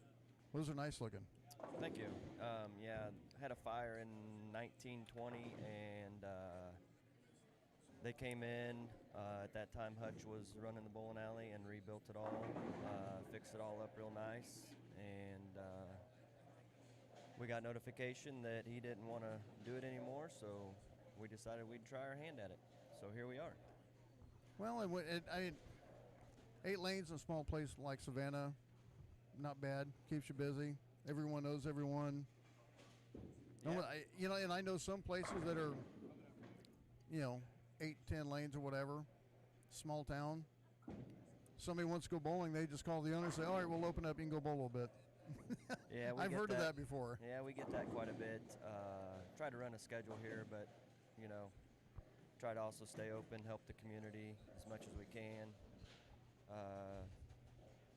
It's been fun. It's our first actual bowling season ran. Got all of our leagues filled, so that's a good feeling, and hopefully everybody's happy when they bowl and leave happy. And Well, and you've got people from St. Joe that are coming up. You have people coming down from Maryville. You have other areas that are coming into bowl, and when you have 8 lanes, it kind of makes kind of makes it easy to fill 8 lanes. And yeah, we try to limit kind of the time we're here as well to take family time, but we do kind of run it as a family deal. My boy was doing the back end yesterday, ball calls and stuff like that, so makes it a little easier on us. Doing a tournament, trying to keep everything running and everybody happy is kind of the key here, but seems to be going just fine. so the big question that gets thrown out at proprietors, and it's not much of an expense for you, but the string pins, has that been a forethought or no? I say that in the sense that it's a little bit of an undertaking removing A2s as a unit, and you have to have the space in order to do that before you even think about bringing in string pin machines. Yeah, I'm not, haven't bowled on string pins. I know it doesn't really take much of a mechanic, but no, we haven't really tossed any of that around. The A2s are a beast of a machine, take a little bit of maintenance, but They will last forever. oh yeah, They're like a straight 6. yeah. You take care of it, there's nothing that'll blow it up. Yep, it's little tender loving care, and these things I think will run for another 100 years, as long as you can get parts for them. Well, it shouldn't be so hard with a lot of places that are going to string pins. You should be able to pick up stuff here and there that you need pretty easily. Yeah, seen a lot of places that were going under. Kind of tossed around the idea, maybe adding on another 2 pair of lanes. Going back to the west, or whatever direction that is. We'd be going north. We got room to go north a little bit. Oh, okay. Just take that whole wall. Yep. We can take the wall out, move it.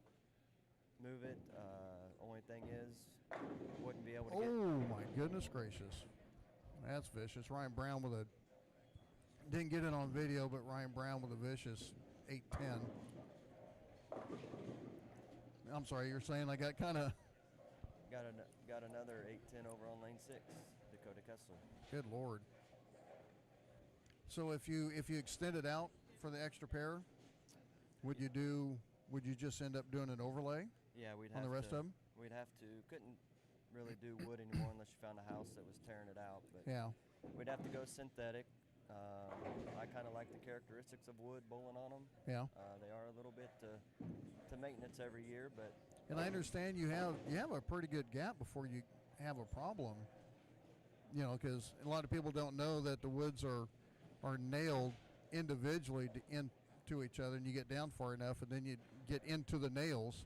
yep. Then they flip. Back in the day, they get so far, then they'd flip the whole lane over and start on the other side. Yep, these are, from what I understand, Jesse said these still have quite a life left in them. Yeah, that's what he was telling me yesterday. I'd be dead and gone before we had to do anything. Well, then you look at your expenses for lane oil would go down immensely. Yeah. Yeah, I'd say it'd be a pretty hefty bill at the beginning to put synthetic in, but if you had it long enough, you would save that money back in oil and lane finish that you have to pull every year and Yeah. resurfacing.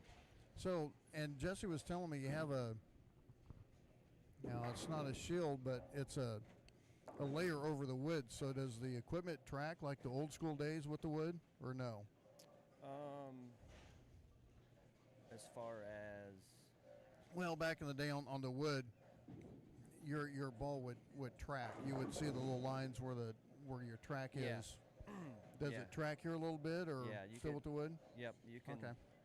If you look on lane 1 and 2, you can see where where the oil ends, and then Right. where the balls pick up the friction, Yeah, you can see 1 and 2. where it's Pretty dark, well. Yeah, where it's dark down there, and that tracks up the balls pretty Okay. good.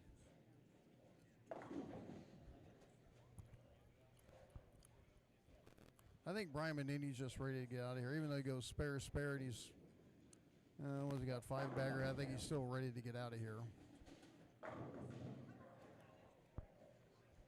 He didn't show up too bad yesterday. No, he had a really good start. No, you didn't. You didn't show up too bad yesterday. Oh, I wasn't throwing the ball well, and that comes when it's a one-day tournament. It's Yeah. either your day or not. You either got it or you don't. Yep. You got to find the carry. You got to find just everything. Got to click. So Jesse told me, said yesterday that you guys are doing a resurface in the next week or so. Yeah, the week of the April 20th, we'll be pull and finish and getting ready for the summer league that we have and the rest of the fall leagues. They used to pull finish right before Thanksgiving, and I made the decision to do it earlier so it didn't mess with people's shots, because when you pull finish, you don't have that ball track anymore. You gotta burn a ball track back in. It does take time to get that all put back in, so your average could go down. Well, and you're doing it in between leagues. You're not doing it during league where you have that big change also. Right. Everyone's going to be getting done like at the exact same freaking time, and that's going to screw me up trying to get scores. So you do realize that sitting in that chair, you are the assistant to getting scores for everyone else relayed to me so I can get my figures done. Yep. Looks like scores are kind of climbing back up. Well, this is about the time. Yesterday it was game 4-5. Now, granted, you don't have the traffic, so this would be the equivalent to game 2-3, where you started seeing the transition come in. Yeah. You got some pretty straight up bowlers today. You got about 3 of them that are really looping the lane a little bit. So I'm sure that puts a little. And the top 3 are kind of starting to separate themselves from the field.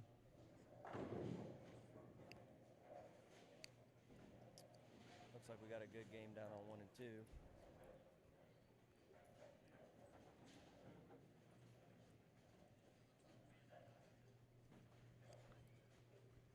Gooddale and Vice. Gooddale on the sheet. You go 269. And Vice off the sheet. 257. Get 257, so that's going to help them both out. Lanes are definitely transitioning different, which we kind of figured they were going to, just with the differences between your qualifying and your match play. 1 and 2 looked like a pretty tough pair early on, but looks like it's Until Ryan Brown got on there and he goes, I got this. Yeah. Don't worry. He can get on there to a spot where no one else is and just get it to roll up. Yep, and muscle through it and Get it to the pocket.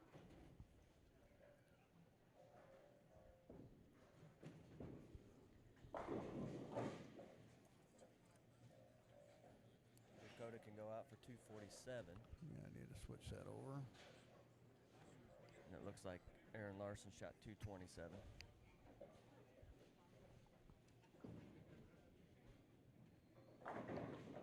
Oh, 7-10 split for Dakota.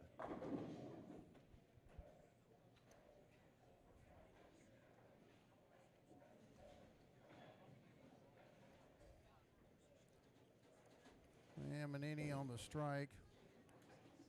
Was that 238? 237. 237?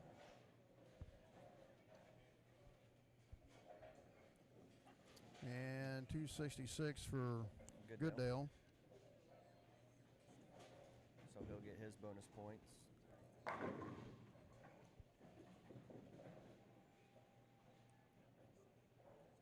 The bonus points are huge. Oh, they're massive. If you can win with the 180, you still come out with a 210. So you want to grind every game you can. Where are we at here? What did Kessler shoot? 211 for Kessler. So Larson got the bonus pins.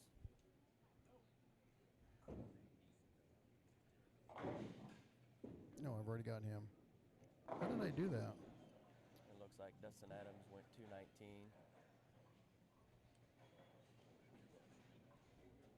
So Manini would get the 30 pins.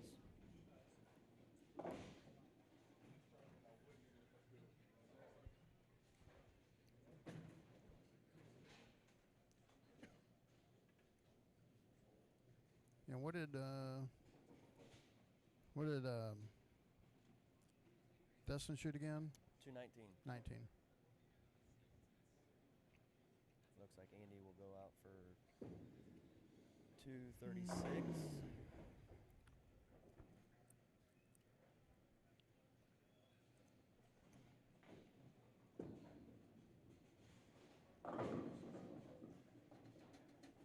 $235. 235 for Andy.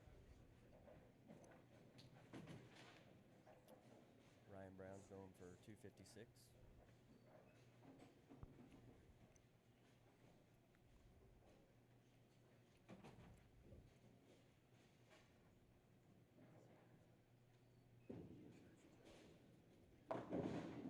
He leaned on that one a little bit, it looked like. 255 for Ryan. And that'll be good for the win.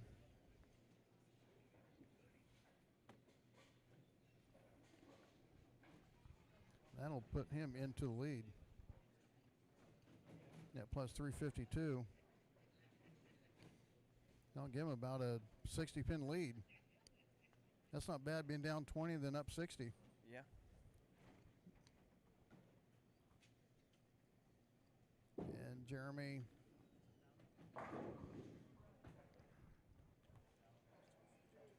My only complaint is there a way we can move this pole? Well, I mean, we could, but Then you're gonna have the center of the building fall down on you, Yeah. so probably not a good idea.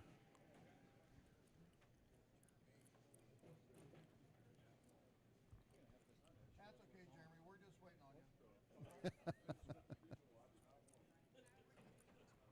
So right now, let's see, 65, 20, 55.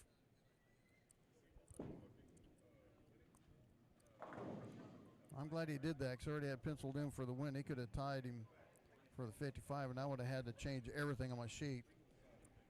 yeah, and if you tie, you get 15 points. So 43.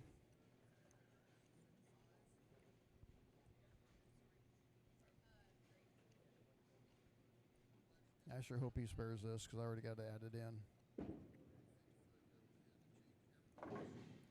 So he's at 276.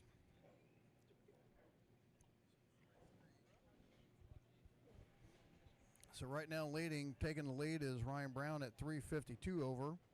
At 292 over in second is Dakota Kessler. Jeremy Snipes in third at 276. And Dave Goodale at 264. Second and fifth is Andy Weiss at 202.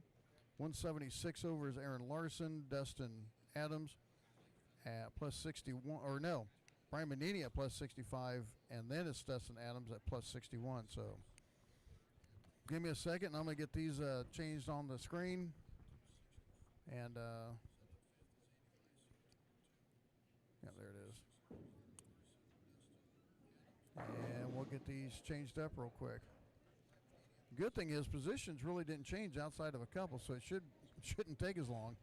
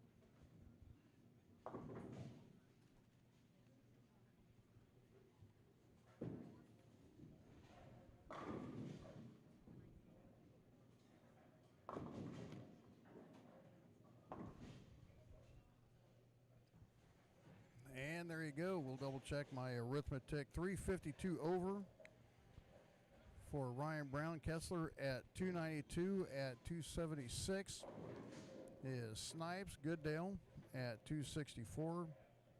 202 is Weiss.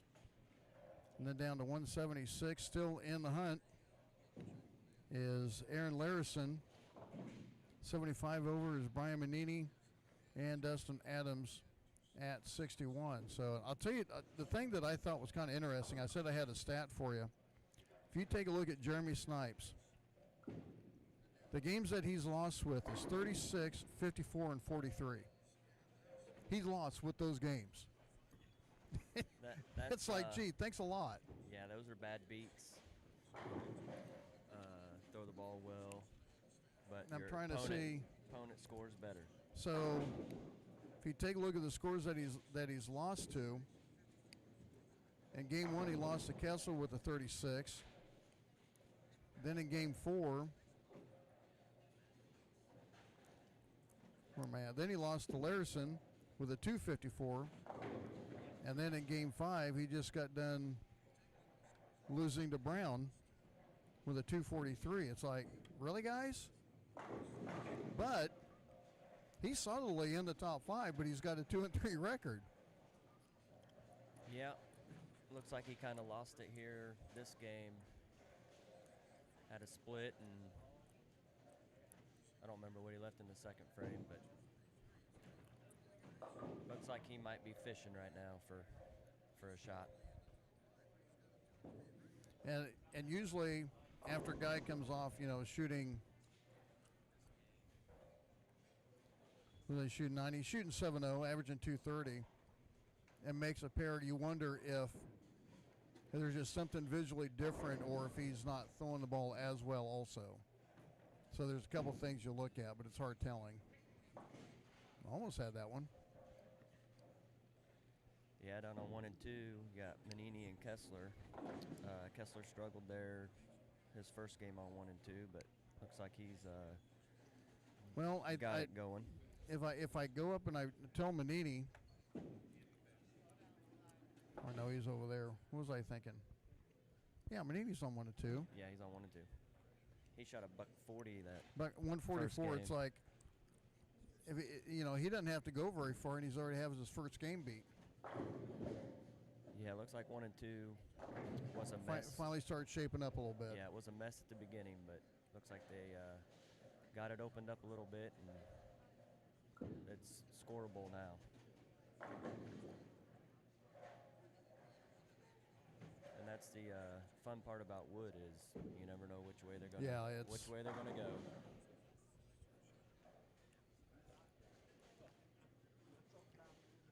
I kind of jokingly said before Brian Brown got over there and shot his big score on 1 and 2, I said, now to tease him and move everything over to 1 and 2 and say that's going to be the TV pair.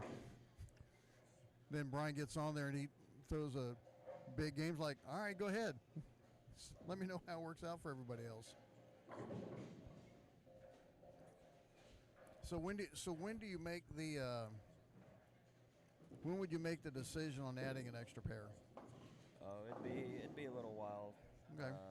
It's just in the consideration mode right now. Yeah, we considered, haven't thrown any numbers at it, but with people pulling A2s out, you can get those fairly cheap.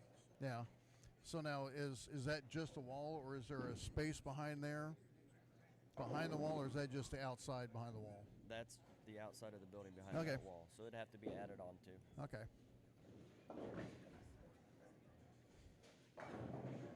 Remember back in the day, I grew up in Salina at the All-Star Lanes. I guess they had a bowling alley downtown that was 8 lanes. And I can't remember what the building used to be before it was a bowling alley, but they put 16 lanes in. And then someone told me they took, when the bowling alley downtown closed, they took those 8 lanes and put them in the All-Star and made it a full 24. I'm like, okay, cool, interesting. Then the old Holiday Lanes in Salina used to be a shopping center because you could see the 3 poles between 8 and 9 and 16 and 17. They're all the way down the building. Right. Well, both of them are now converted churches. And the Holiday, you can kind of tell where everything was. They really didn't change a whole lot. All-Star, they totally changed it from what I can tell looking in the window. And been in there a couple times, and you're walking around, you're going, okay, so this is where lane 8 and 9 was, so this is where this, you kind of imagine where everything was again. Never thought I'd be standing on lane 13 and 14 in the middle of the lane, talking to people at some point. Right. Yeah, I see the sport of bowling kind of dying, or well, the string pins are trying to eliminate a lot of the expense on it. Plus, you have these crap ass companies like Bolero that. Yeah. Wow, they're really torching it. I'm sorry. They come in and they're more corporate and all they want is open play. Yep. And I asked Danny Jackson how that worked out for him that incredible trying to lean over toward open play. Yeah. That building is still sitting there doing nothing after how many years? The good thing about league is they will be there 32 weeks, and they pay whether they're there or not. Ryan Brown has the first 6. I told the guy that used to own a bowling alley, and he pretty well ran it into the ground. I'm not mentioning names or anything, but his attitude was that, and opinions vary, depending on where you're at and everything and what works. But he was so defiant that he was going to have music on, even in a 24-lane center, and all he had was 6 lanes of a league. He wanted music on, and it was a women's league, and they didn't want the music on. And he looks at me and tells me, a league is not going to tell me how to run my bowling alley. Yeah, but that's a guaranteed lease, and you screw that up, you Exactly. don't have much, but you're going to be losing that if you keep that up. You got to give them what they want. Yeah, keep it's them happy, keep them coming back. lease is guaranteed money, dude. Yes. Don't sit there and mess with it. At least you know what your budget's going to be, at a minimum. Yep. Yeah, you don't know with open play if you're going to get $100 that day or if you're going to. Hey, if they want to go glow and bowl for a week, I'm flipping the lights out. I'm going glow and bowl. Have fun, girls. Yeah. Ryan Brown with the front 7. He's looking to make a big statement. I'll tell you what, we are busting time on this. Hour 45, we're already in game 6. Good Lord. Yeah, and the fast pace does help quite a bit of these bowlers. And before I forget, the pork tenderloins, those are money. Good. Those are solid pork tenderloins. I mean, they're not, you can tell they're not processed. Those bad boys are. Yeah, we cut them and tenderize them and bread them ourselves. Oh, you do them yourself? Yep. There you go. They're not processed. These are, I call them originals. Yep. If Sonic wants to take their pork tenderloin off the menu, fine, I'll just go to Savage. Because, I mean, when I bit into one, I'm like, all right, this is meat. This is what I came for. Yep. Yeah, we pat our own hamburgers, everything. You guys do it right then. We try. If I'm going to eat a cheeseburger, So- I like it juicy. I don't like it flash. So Frozen. how many people actually call you and say, hey, I'm going to go order? Through the week, she's open for lunch. We get quite a few of the businesses around here call in. Victory. I bet probably- during harvest you would get a whole bunch too. Yeah, we got farmers come in quite often, 2 or 3 times a week. Victory, one of the sponsors here, they call in probably twice a week with 10 orders. So Nice. they stay busy. Nice. Yeah, when that's just a good sign. I mean, a lot of people, a lot of people after work, they don't want to have to rush to eat and everything, or to make supper and stuff. And if they know they're going to go someplace to, where they're bowling at, and it's going to be good food, they have no problem spending the money. Yeah, and we try to keep our prices on a pretty low. Keep them compatible, keep it low. Knowing people's got to come here and bowl, plus probably eat dinner. You got to like you said, you got to take care of the customers. Yep. Ryan's got the front 8. Yep, he's got the front 8 walking up now.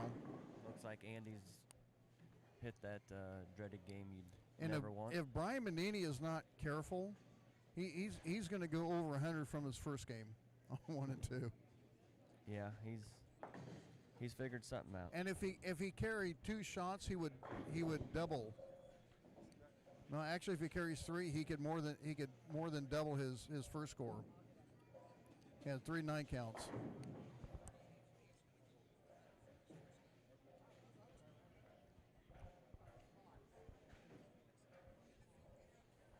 So Brown with the front 9. Looks like Jeremy's having one of them bad games you don't want either. Yeah. You're hard pressed to run away from those. So Brown with the front 9. He broke it up though. That's all right.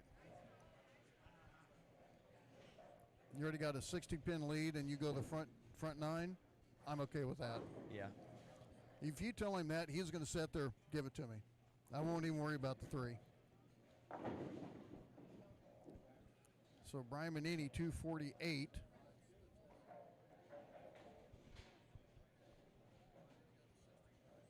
And that's going to, Dakota can get. yeah, Dakota can go 58. Yeah, he can get around him. So Manini went up there and put the pressure on him. Snapped the 10 out.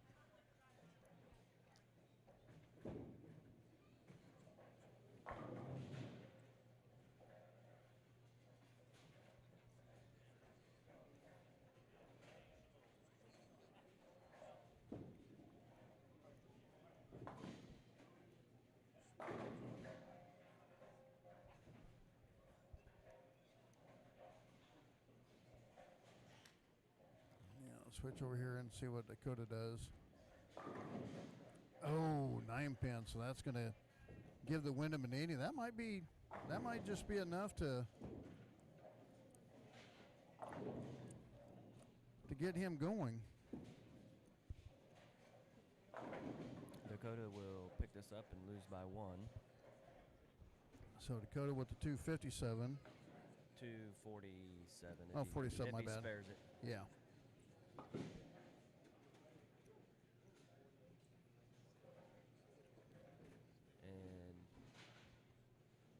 And we have Aaron with the 237.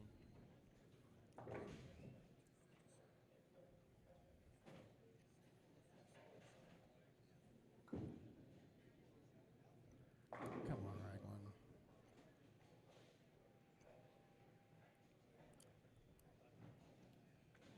Aaron will get the win.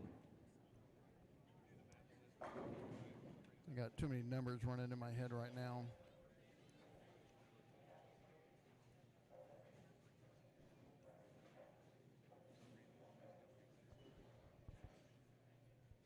$279 for Ryan Brown.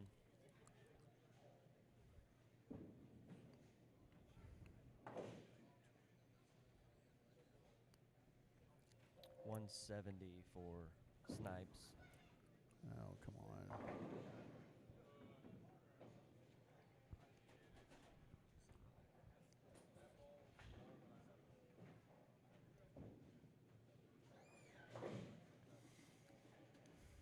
Goodell will get the 30 bonus points.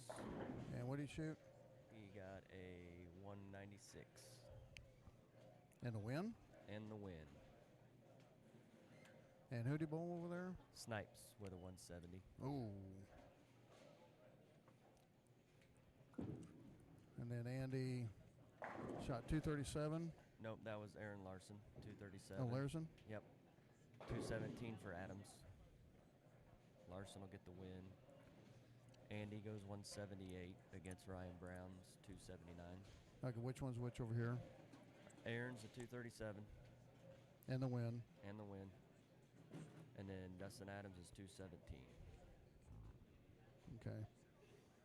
And Andy shot 178. Ooh. All righty. Now I got to do my Jethro Bodine deciphering.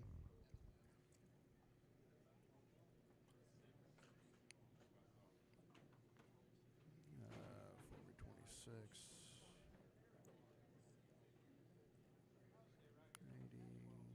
80, 90.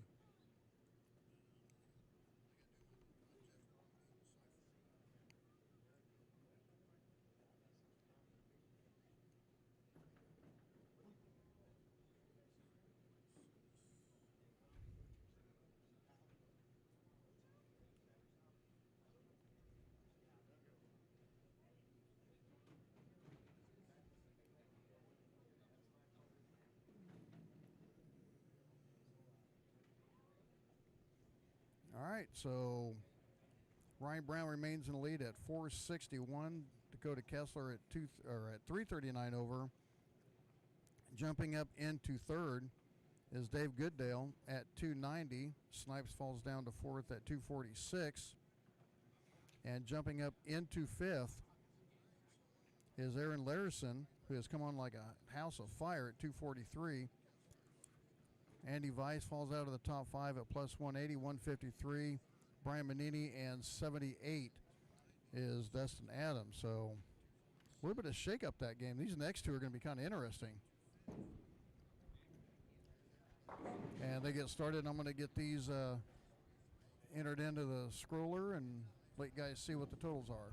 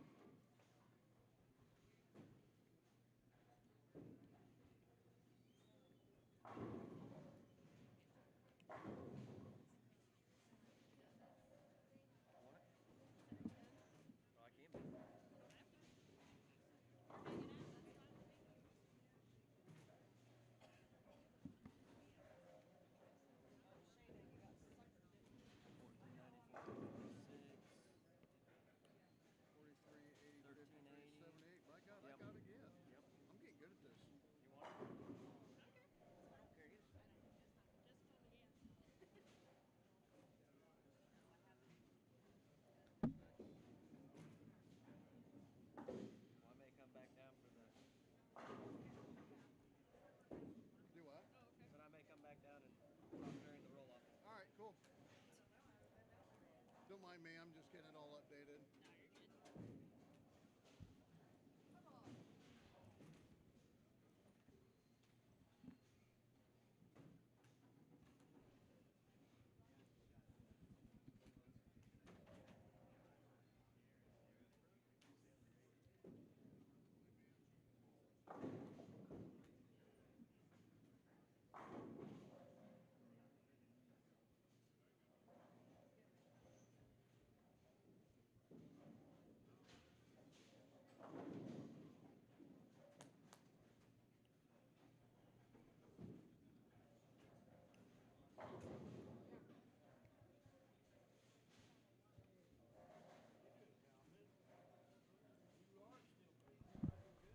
All right, there you go. There's your update after Game 6 as we are in the last game of the scheduled match play.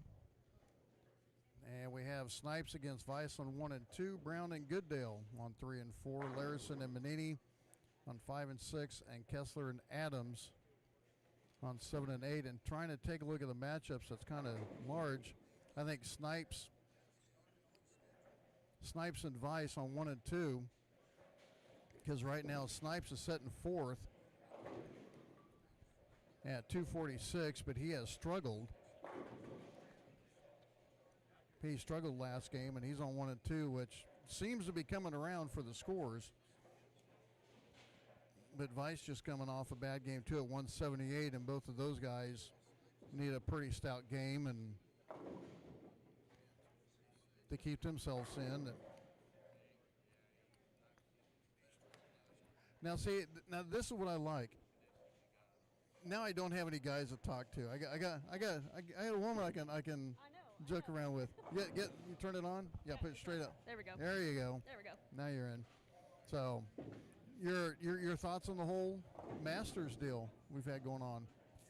I don't know. I think they switched it up this year, like the rules and stuff, the past couple years. But I don't know. I've been watching for a while, so pretty competitive field this year. Been kind of interesting on how the lane's been transitioning, the difference between the match play and the qualifying. Of course, the qualifying we were seeing Kessler, and he was going dead left to right. Yeah. The first squad. Now he can still do it, but he's floating it a little bit more to get it through the fronts because they're still going to have more oil because. Okay, now we're game 7. Yeah. We don't even have 20 games on the pairs. Right. Where they had 4, and we're about game 4. So this is when the scores during qualifying really started coming in. Yes.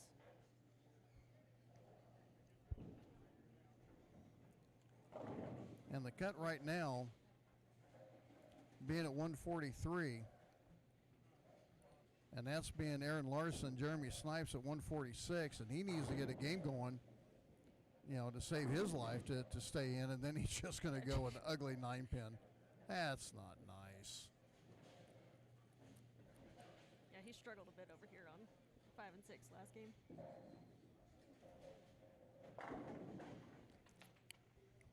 And I'll tell you what, Gooddale started off kind of slow. He goes 0-7 with the win, 11 with the loss.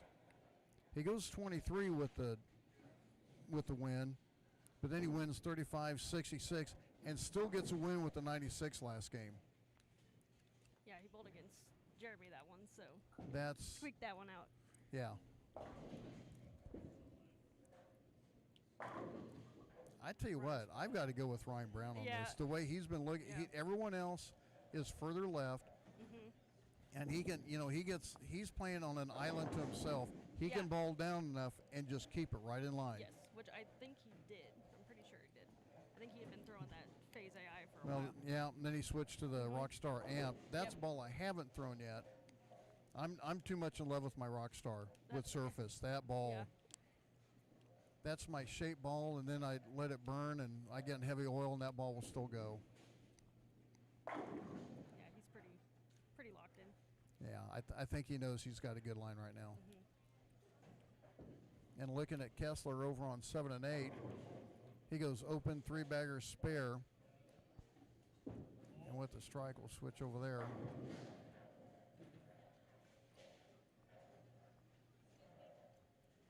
You know what I could do that I haven't been doing since game 3?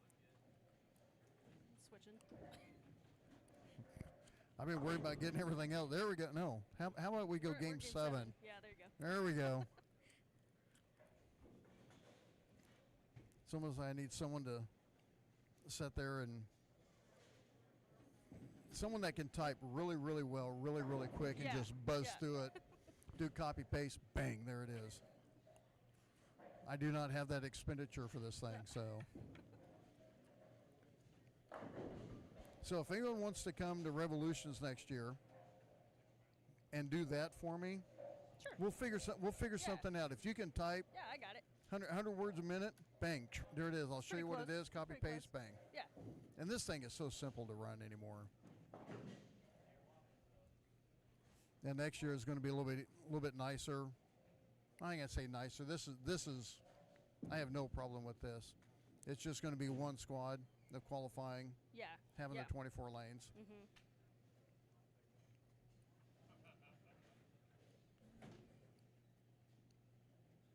And Goodale saying, I'm not going anywhere yet. Carried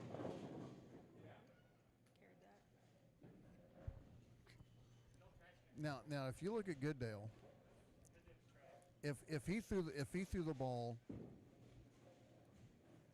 two-fingered, one-handed, who would he look like bowling? He's one-handed but two-fingered. Cups the ball on the tour, just turned 50. Tom Doherty. Oh yeah, that's fair. I mean, you look at him, and even the way he smiles and everything, he could be a Tom Doherty, easy. Yeah. Saw him outside, and for a second, I'm like, I oh no, that's Dave. Okay, all right, sorry. I was about ready to ask for your autograph, sir. I didn't realize Tom Doherty had just turned 50. Yeah, just turned 50. Getting on the kids tour and the senior tour too.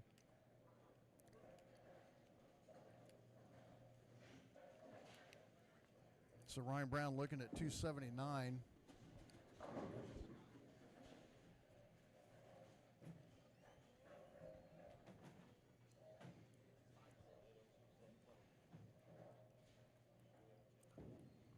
And I have the hardest problem seeing Lane the score on Seeing the 8. scores, It's yeah. just I don't know if it. There's kind of a glare. I didn't know if it was a glare or the screen was pitched just a little bit.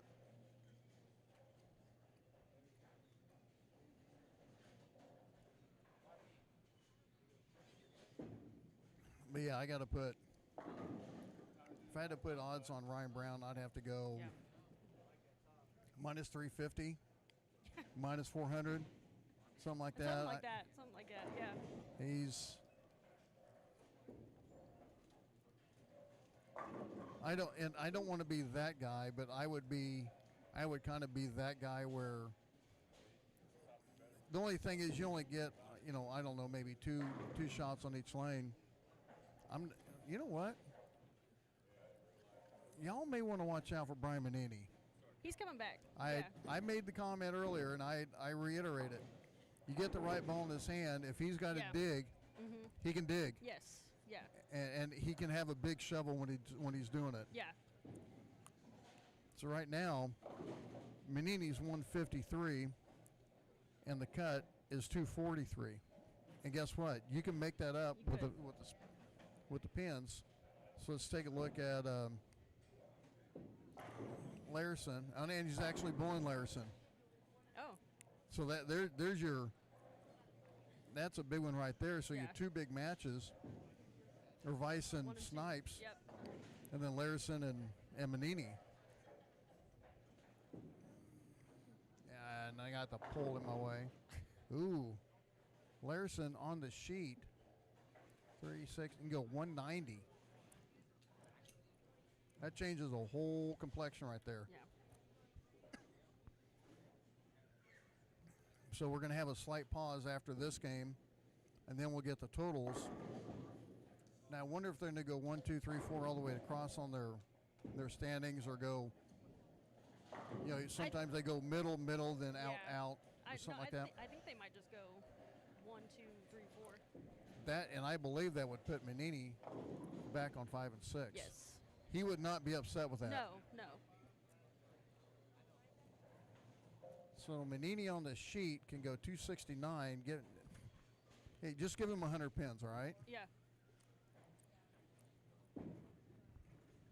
Yeah, he's finding friction now. Mm-hmm. Now that, and I talked about it, this is about the time on qualifying game 4, 5,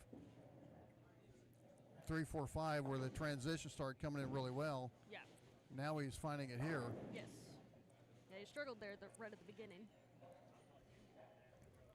And you want to put Manini back on that pair when he shoots 269? I wouldn't. I wouldn't want to go against him. So Goodale shoots 239.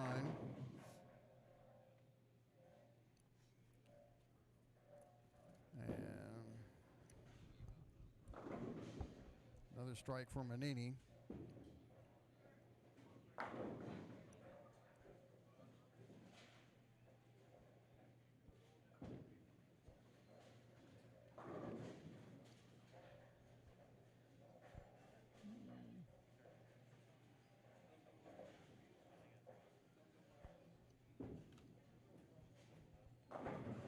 And Manini with another one. I'll get this switched over. I had to check something real quick.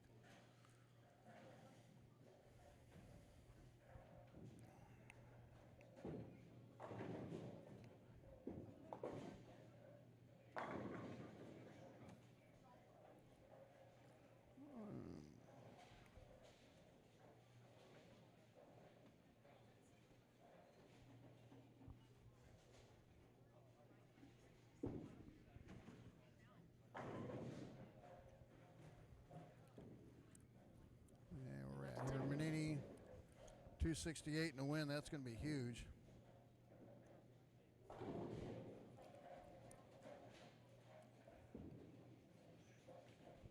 Bump him up to 251. That's going to be a huge jump. 276 for Ryan Brown.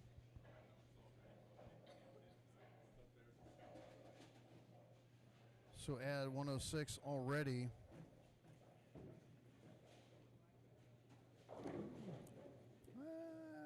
That's not right. What I have.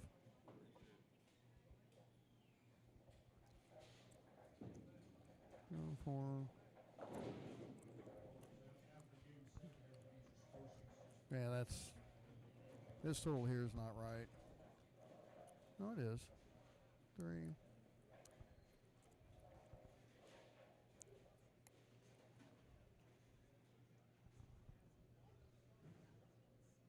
567 for Ryan Brown for the first 7. Hey, shake it off, Ryan. Shake it off, man. You're all right. You'll get it. I got faith. Hey, I only have you at minus 350, man. Shake it off. Oh, so where are we at over here? I didn't get the scores over here on those two. Larson shot 189. 189.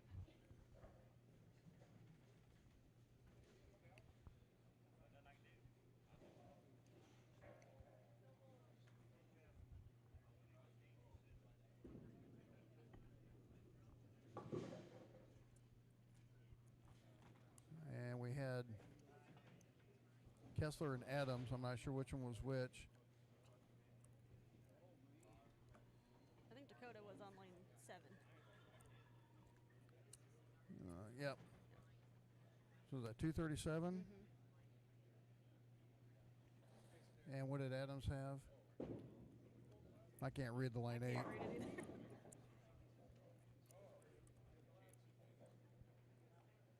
Looks like it might be 240.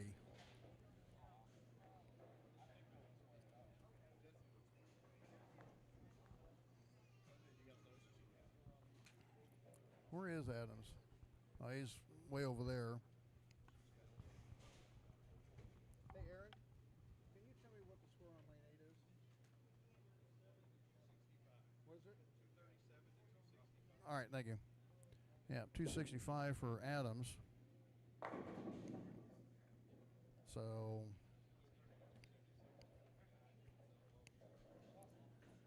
260.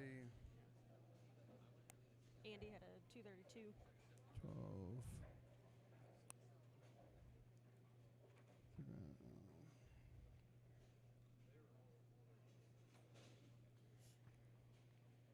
And what did Jeremy have? He's still going. Andy had a 232. Okay.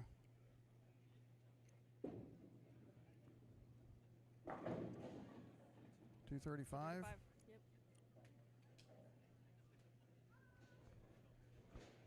So 35 plus 30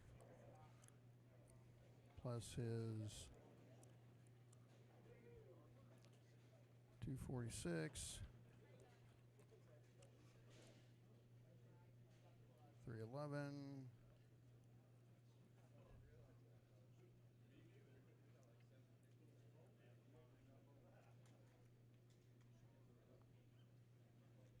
And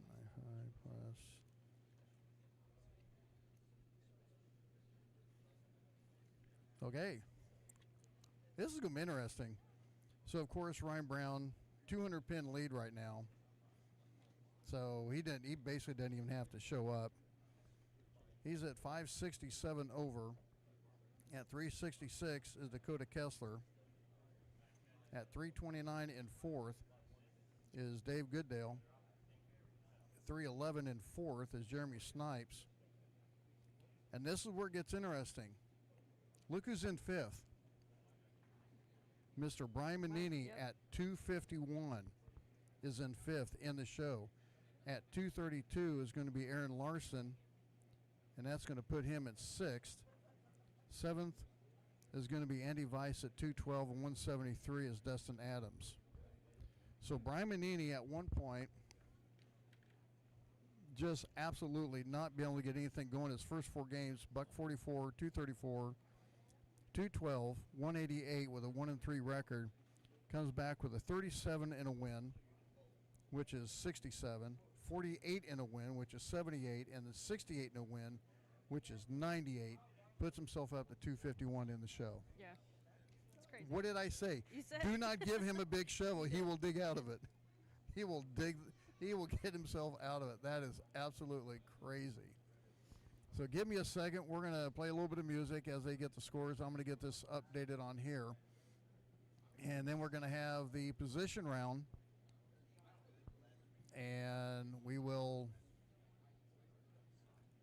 have the position round for the cut of the top five for the match play. We'll have that up in a few minutes.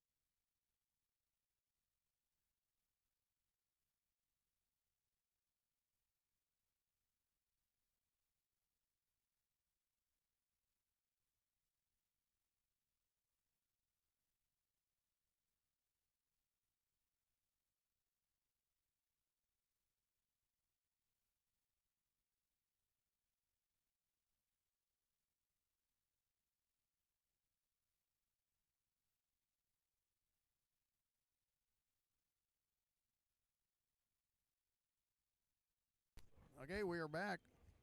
And there's your standings after 7 games. Ryan Brown at 567 over.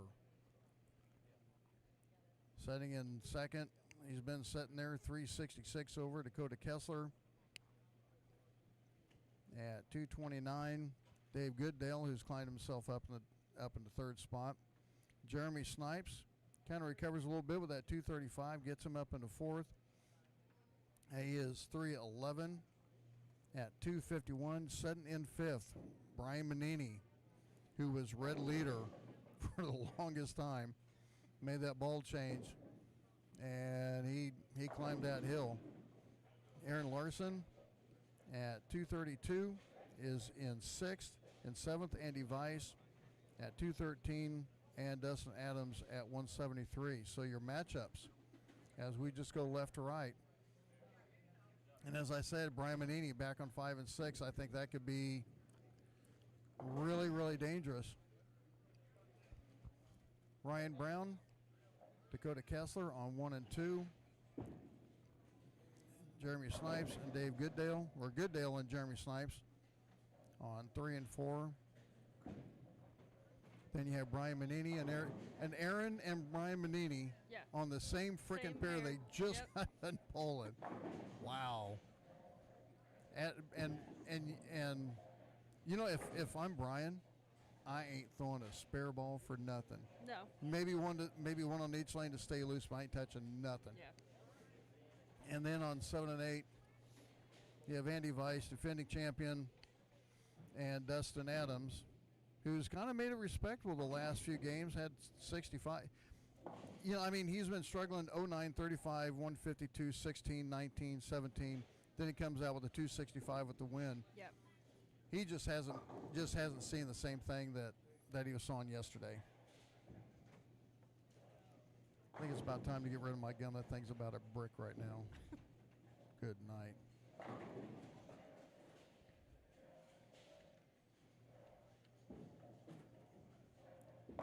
So trying to take a look at the big matches.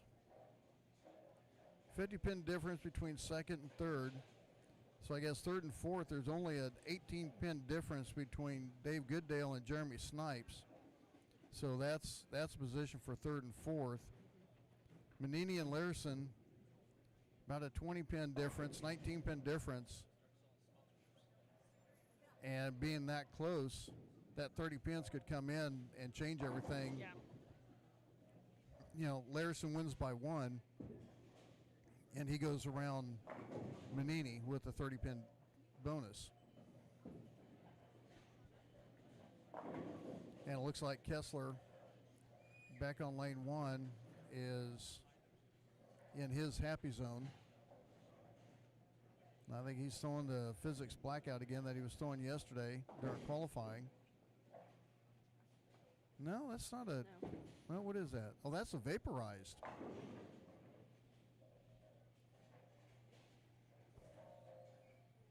That's another one of those long and back in. Is that Brunswick, I think? Yeah. Okay.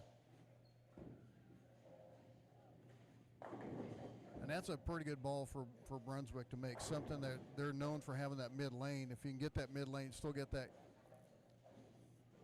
push down lane, that kind of sets Kessler pretty well.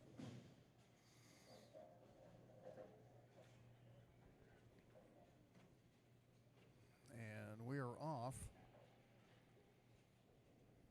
So we're going to be looking back and forth between Goodale and Snipes and Manini. And right now, the only thing Manini needs to do is he just needs to beat Larson, unless Andy Weiss can bust out a really big game. There's a 38 pin difference between Andy Weiss and Manini.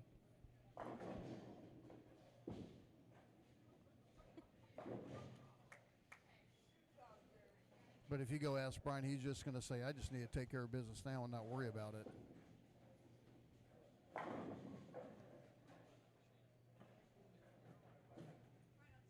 And if you're Larson, you're thinking, okay, redemption. Yeah.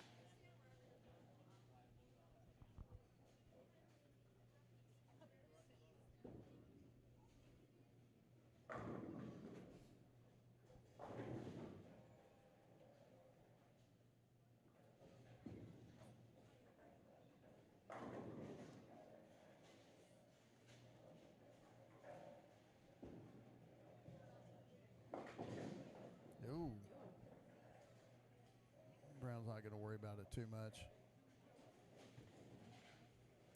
Dakota's not on a 3-bagger, so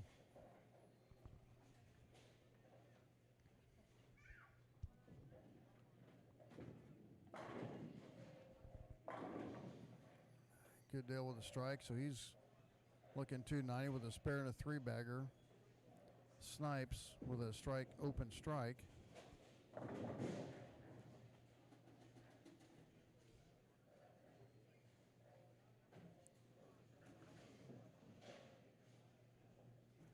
I gotta stop having these long nights. Good Lord. Either that or I slept too well.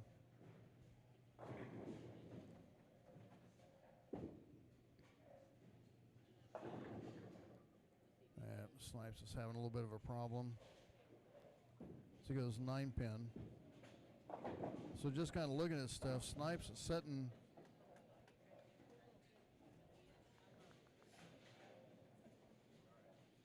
Yeah, Snipes at 4th. And he only has a 60-pin lead on Manini. But with the win, if he gets the win, that's only 30. So then he's only 30 behind Snipes. So that could round him up a little bit also. Oh. 7-10. Vicious. I missed that on the 7-10 for Manini. That doesn't turn out very well.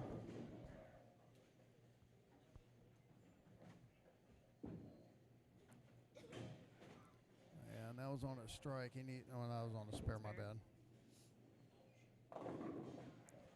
So Snipes with the carry. First things first, Manini's got to get the win. And Larson's looking like, I just need to get the win with a stick. Yeah. That's all I need. It doesn't look like either one of them are really. Well, Larson with a 3-bagger and a spare. Yeah, Manini's still shaking his head.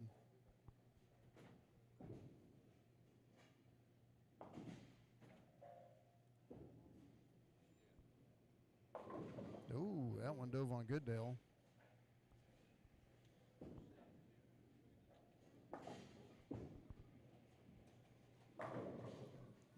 That's a little bit better.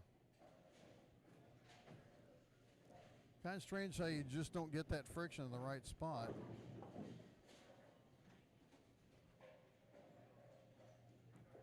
So 8 out for Goodale. See what Larison can do here. We're not going to worry about Ryan Brown and Kessler. Yeah, Those guys no, are on an that's it. island to himself. Andy Weiss with a strike spare double 9. Well, Larison making some noise here.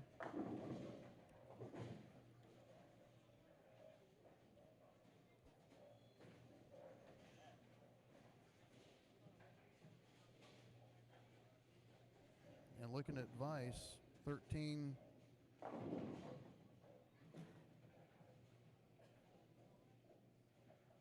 So if he would get a win, that would only be an 8-pin difference between him and Manini. So there's another inside deal watching Weiss and Manini also. And Weiss with a strike, spare, double spare, and a spare.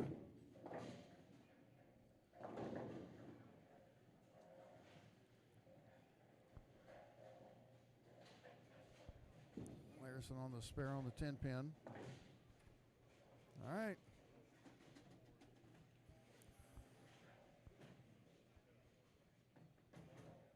It's amazing how you can go through all this and it still comes down to that minutia, game, yes, minutia of pins. Yeah. The bonus pins really come into play.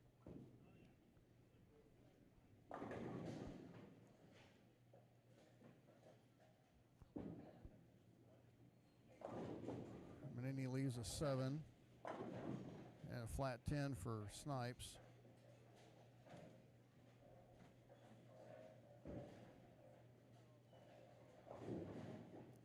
So let's say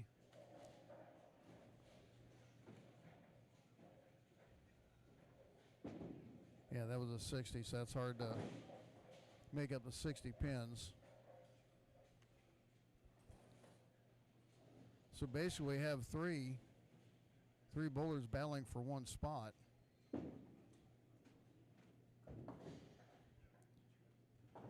So Manini on the spare.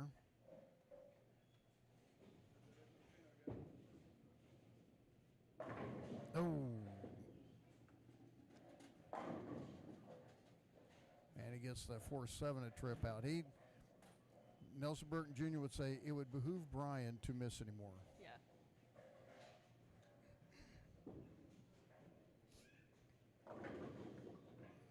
Good deal with that slow roll.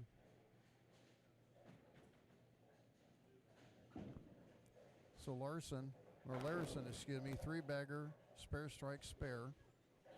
He can go sheet for 258. 226 for Manini. Well, there's a start for Manini. But if Larson could just keep filling the frames, keep the pressure on Manini.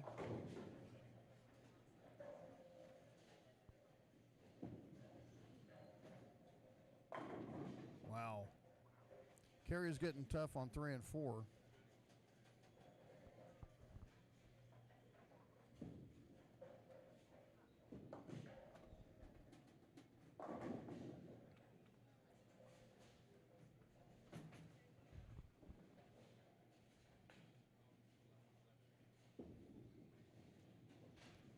And looking at Weiss with the strike.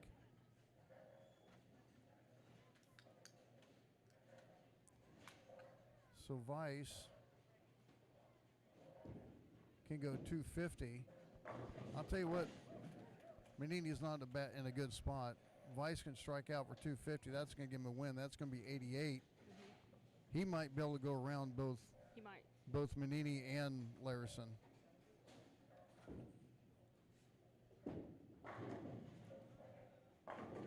Wow, that's like 3 or 4 10-pins in a row on 3 and 4. That's the Manini carry we used to sing.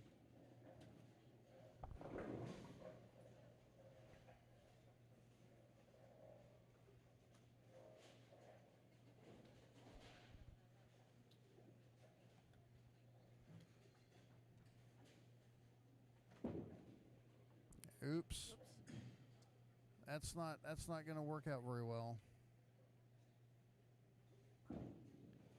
So it looks like Goodale's going to go around Snipes. Or no, Goodale's actually ahead of Snipes. So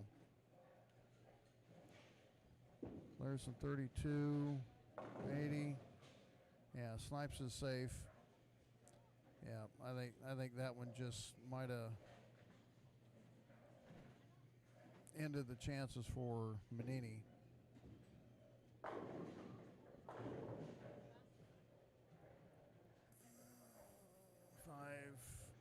Yeah, 208 max for Manini. After shooting 268 on that pair. He had to be feeling good going back to that pair like we talked about. It must have been a transition or just enough difference. That's a heck of a run, though. Yes. So then you lead up to Larson,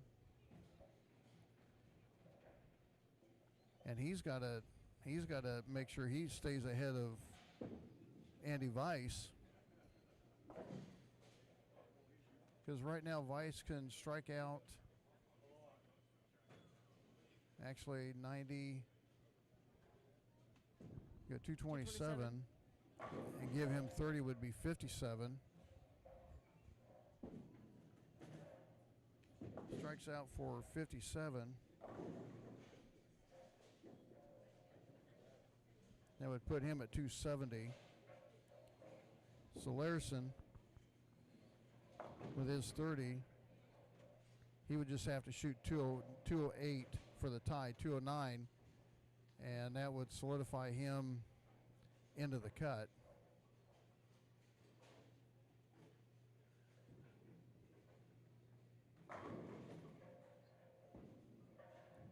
And that one pin in the ninth is going to, that 1-9 count in the ninth may be the one to cost Weiss into the show.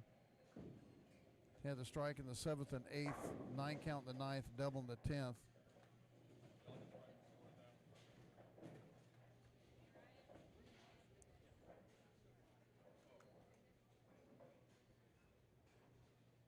So, yeah. Larson with the 177 in the 8th, spare in the 9th. So he just needs a mark. That's a good mark. That gets Larson into the show. Needs 2 pins. Has him at 207. So it looks like it's going to be Ryan Brown, Dakota Kessler, Dave Goodale, Jeremy Snipes, and Aaron Larson, your top 5 for the Stepladder Finals. That'll do it. So we're going to let these guys finish up. We are going to wait for the final standings. We'll get those up. This has been pretty good. Yeah. It's Pretty interesting. I always like, I made the comment, I always love the last block, last game. It's like a movie. What's going to happen. Then you have that build up and there it is. Yep. Then everyone's talking about the finish and everything else. So thanks for joining me.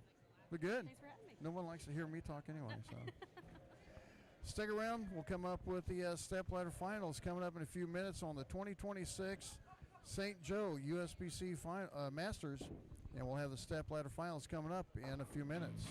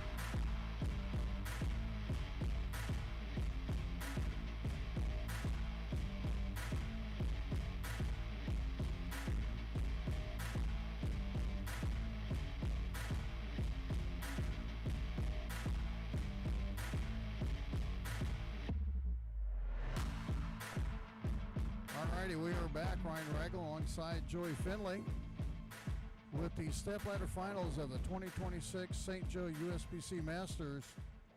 And I'll tell you what,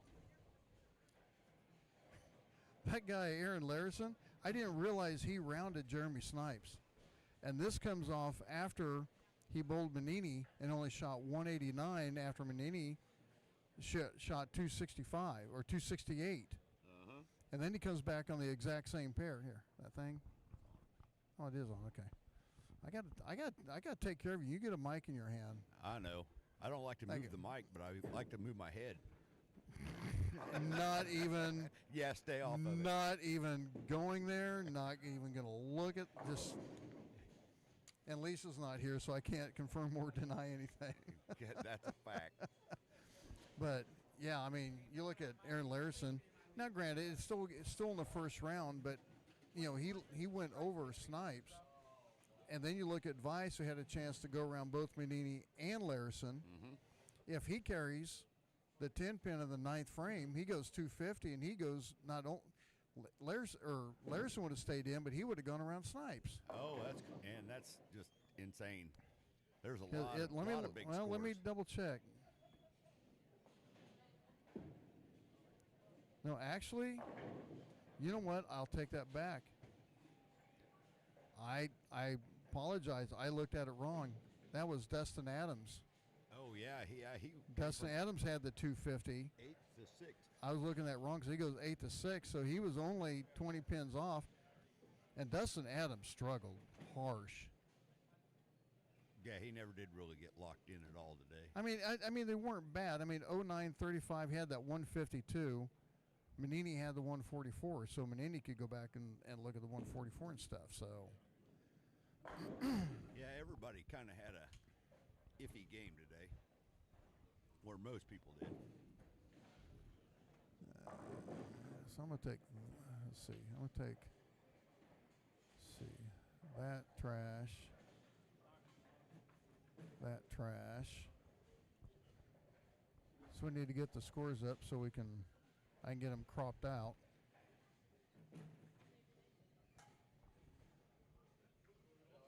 I think everybody's done with their shadow balls now, so here we go. We're getting ready to start. There we go. So now I can get them cropped up a little bit. Looks like Jeremy's starting the game. Aaron will be finishing.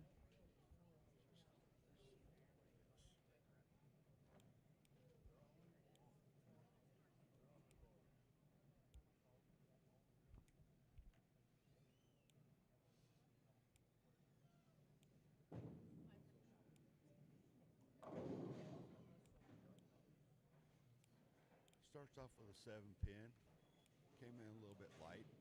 Sure, some of these guys are probably getting a little less energetic right now. They've bowled 16 plus games this weekend. And I'll tell you what, they might have set a record on match play for 8 games. Oh yeah, they only took like 2.5 hours or so to do 8 games today. That's pretty good. Yeah, it is.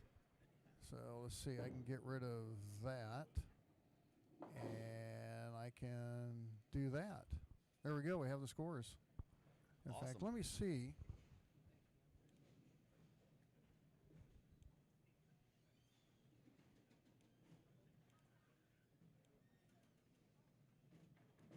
Look at you getting all fancy. Just a little bit bigger so we can see them. That'll work. Now this is back to what we're used to. Aaron come in light also. Left 2-pin. You know what I like about match play? What's that? I don't have to do all the writing and deciphering and figuring now. Oh yeah, you're good It's now. all by itself. Yeah, you're good. And a huge thanks to the gals doing all the scores and everything. They made this broadcast so much better. Oh yeah, and you know, back in the day, it took 20 minutes in between Game 7 and Game 8 and qualifying there, and it took about 5 minutes, and they had everything whipped out and double checked. Yeah. Computers can be good. They can. It's user error. Yeah, you still got to be. Yeah. Well, I hate them.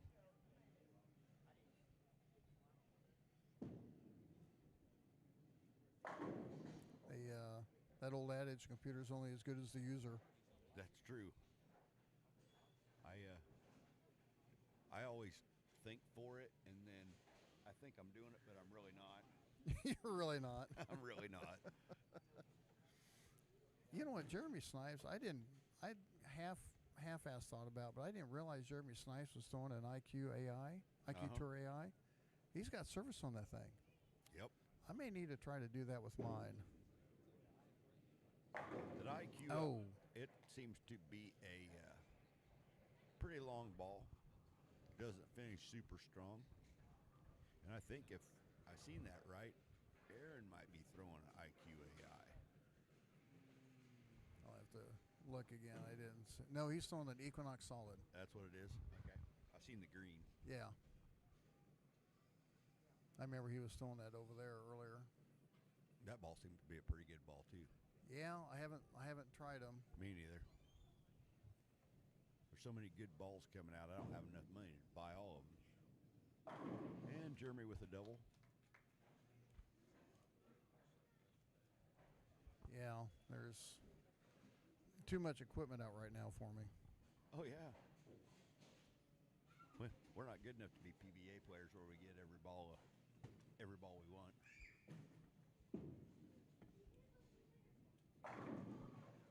Aaron comes back with a double also.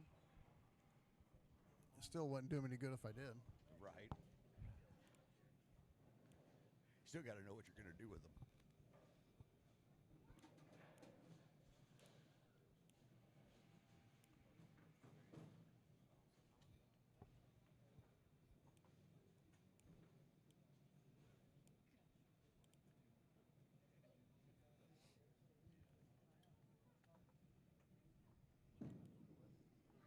Sounds like a loud shaker board. Yeah. I think that is IQ AI. He didn't pick up that Equinox. No, he didn't pick it up, did he? Yep.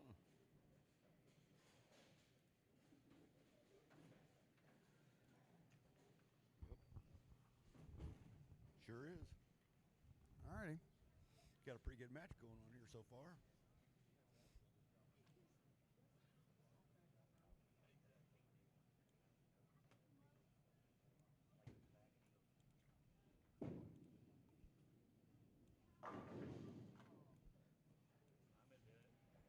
A little bit too much carry down there, I guess.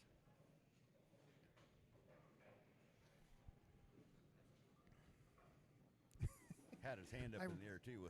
I forgot to tell Brad that pencil sharpener. Yeah. Sounds like there's a Starbucks going nuts making a coffee. Why if not? If you listen to it, Uh, I kept looking around, going, where's the frappe machine or whatever they call it, the latte? Exactly.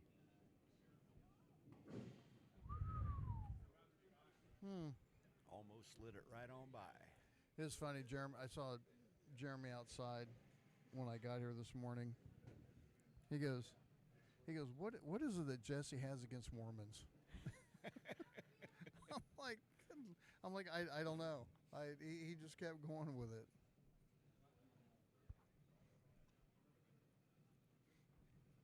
That Jesse's something else. It's never boring. That's a fact. That looks like a little better shot. Didn't shake out the 7 though.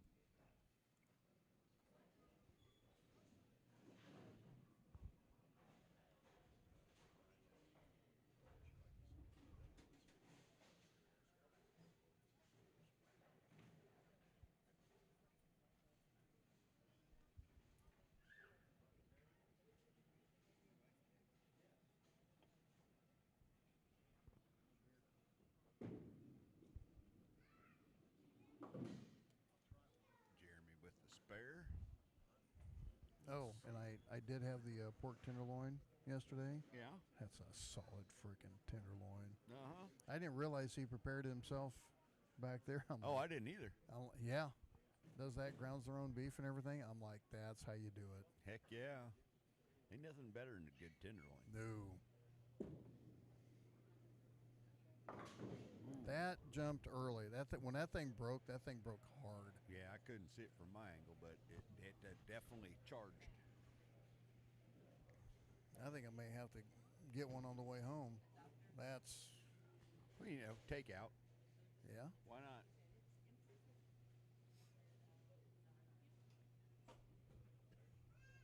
Looks like Aaron's just going to go for 2. Yeah, safe move. Especially on the 3-bagger. Brings the match back to almost even. So Snipes with a 3-pin lead right now.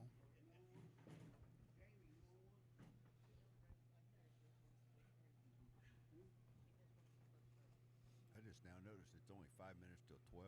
I know it. That's what I mean. I'll be home. I'll be able to get home, nap, drill the ball, and go bull league. That's right. Aaron with a little swisher there. And we'll be done before the PBA comes on. Fact. Jeez. You might even be able to watch NASCAR today. Oh, or do they race today? I don't think NASCAR does. I can't Nah, remember. Rockingham. I know I think the trucks were at Rockingham. I haven't watched NASCAR that much. I don't like this new I like the setup look. they got. I like the look of the cars. Mhm. I just don't like everything being so equal that it's pack racing. It's just, Well, yeah, and I don't like the stages. they're what? The stages. I hated that. If you want stages, have stages. Just leave the frickin' yellow flag in your pocket. Exactly. That would add so much to the strategy. Uh-huh. Do you go ahead and wait? Because now you got green flag stops. Yep. But it took fuel strategy out, tire strategy. Yeah. Looks like Jeremy picked him up another 7. Still staying pretty much even. Yeah. 12 pin lead or 2-pin lead right now. Well, no, I mean 247 sheet for Jeremy and a 255 for Aaron.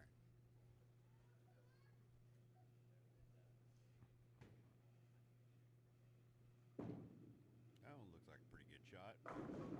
yeah, but it's not picking up. Yeah. It's just not. I mean, it's getting that direction, Yep.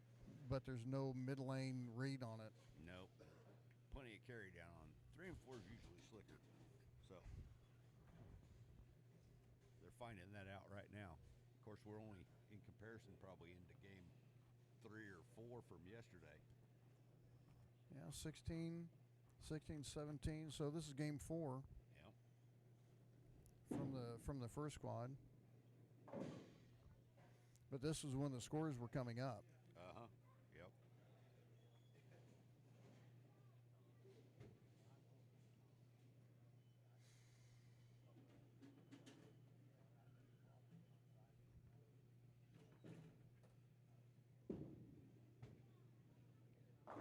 There's that Equinox Yep. solid.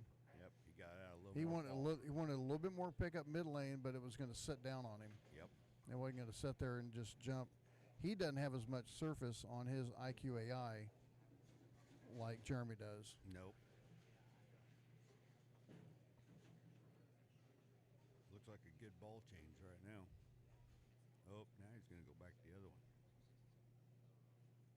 Yeah, he saw that jump on 4 from the lane from the last shot.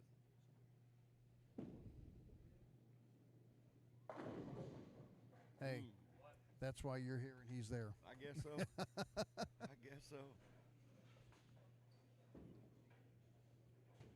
And I didn't realize, I didn't realize all the moving. I didn't realize that Dave went around Dakota Yep. in the last game, and Larison went around Snipes because we were so looking at 3 people for one spot, Right. and I didn't realize Gooddale had a chance to go around Kessler, and Kessler was second, first and second, basically the whole match play or Yes. round robin. Yep.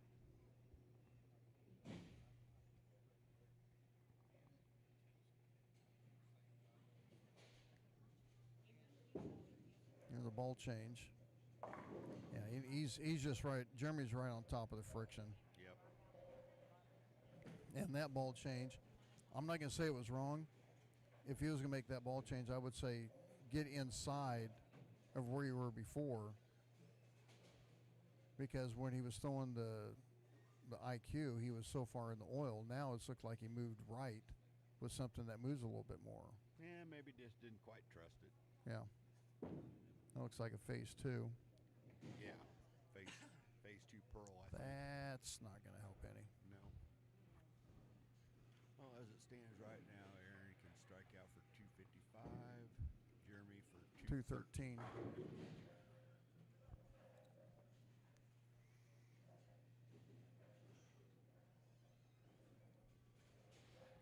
Jeremy needed to really throw one right here just to make him stay honest.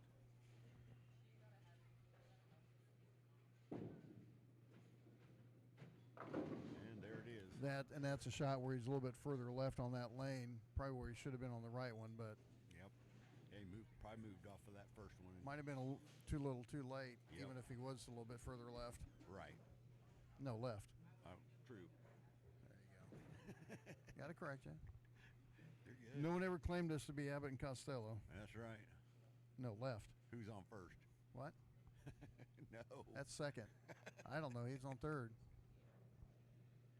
That You remember the shortstop name? I do not. I don't give a darn. Oh, me neither.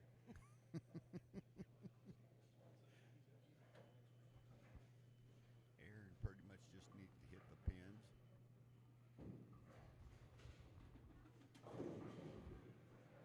Did you ever see Abbott Costello do the? God, there's a math deal. 7 goes into 21 like 13 times. I have not seen There's that. something like that. It's genius. Go that to an elementary teacher and watch their mind blow up. Right. And that's going to do it. We're going to take a quick timeout. We're going to let Mr. Kessler get over here and get warmed up as we go into the next match. The 2026 USBC St. Joe Masters right here at Savannah Lanes Savage Lanes in Savannah, Missouri. We'll be back in a few minutes.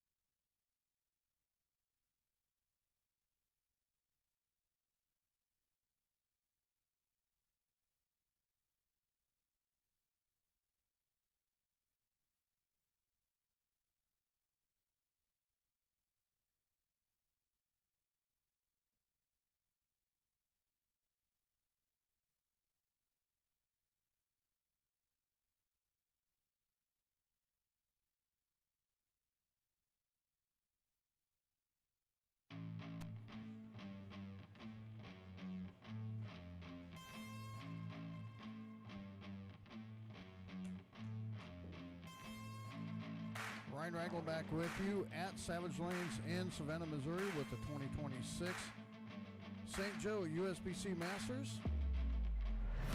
As Aaron Larson defeated Jeremy Snipes 244 to 211 in match one.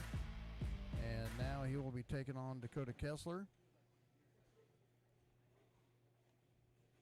in the quarterfinal. And we'll see. Dakota has the option of starting first or not.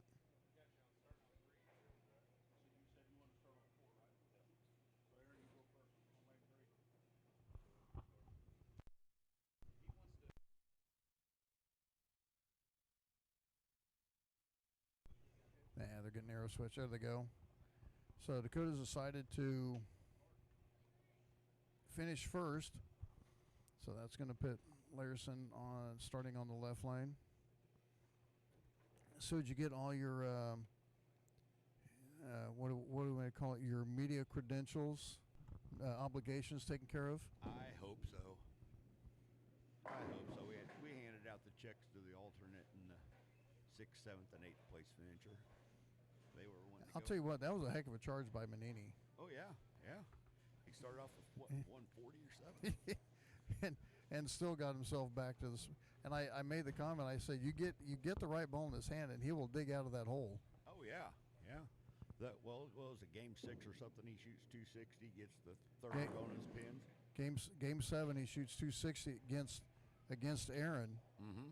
And gets a 98, and then he turns around and where's the sheet at? And then after he goes 260, he goes 190, but then again toward the end of the game was over with anyway, and he was just wanting to get out of there. But Larson ends up going 28, getting to 30. Ooh, that's not good. No, early miss. And then you have David Goodale that goes around Kessler. Yep. Doesn't seem like spares matter very much, but in something like this, it seems to turn out to haunt you. I knew that a long time ago. Uh-huh. Everybody likes to see the strike, though. They're just flash. Yeah. There you go. That was pretty flush right there. Yep, a nice shot. I don't see that vaporize very often, but man, he makes that thing look good, don't he? Mm-hmm. Looks like Aaron's staying with the Equinox solid. So how's the transport business? Going good? It's going pretty good. This is the building season, so our deliveries are starting to pick up pretty good right now. That's a very good shot. Act like you meant it and everything.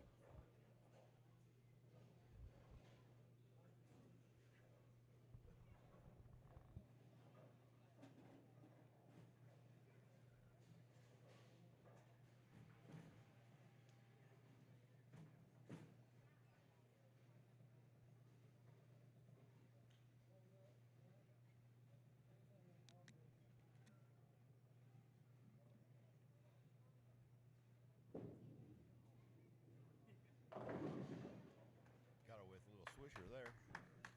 Yeah, that one I think it allows him a little bit more, a better angle. Oh yeah, I agree with you. I think that Equinox is finishing 3 or 4 boards stronger.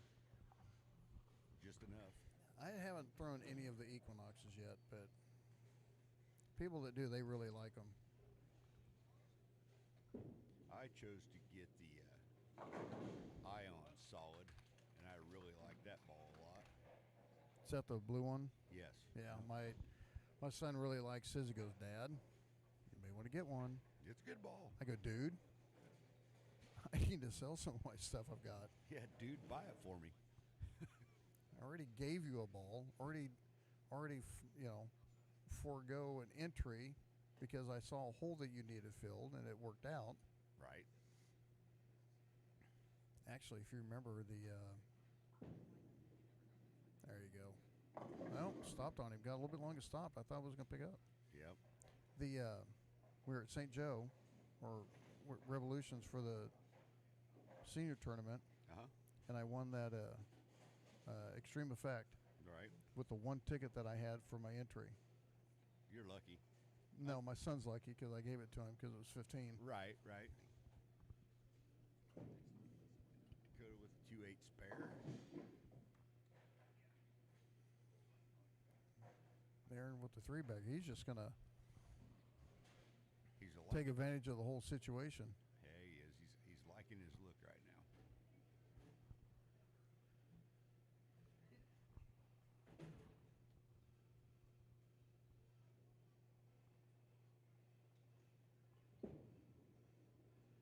Well, he threw that one right quick. Yes, he did.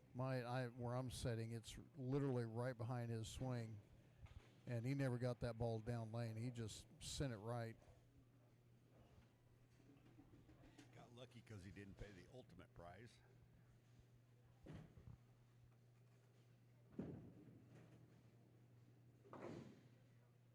And the spare, let's see, Aaron can punch for 279.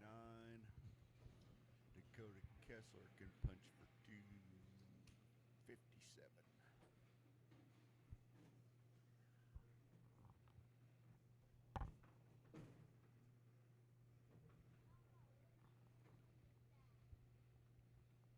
I'm just excited about how smooth this tournament's ran. Yeah, it's pretty flawless. We had a lot of good help. The St. Joe board helped us out. That was a lot better ball. Yep. Yeah, didn't give it so much room to the right. Yeah, everything's been pretty flawless this whole weekend. Everything, no problems with much of anything at all. Right. Yeah, the machines have ran well. All the bowlers have done well. That's a better ball. There you go. Yeah, he's got him a strike there. That looked like it had a little more action in it. I think that last one might have fell off his hand a little bit.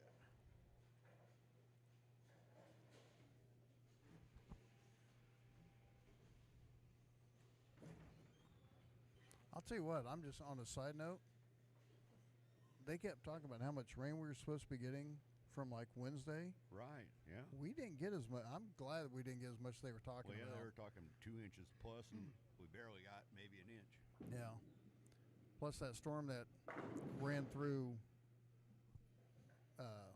Friday night. That thing could have been Oh, yeah, it could have been dropped. pretty harsh, but it ended up going a little bit further south. Yep. We were down at the south end bowling down at Revolutionist Lanes, and it was raining really hard down there for just a little bit. Yeah.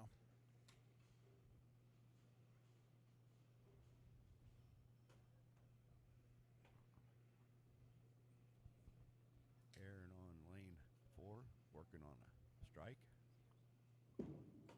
See,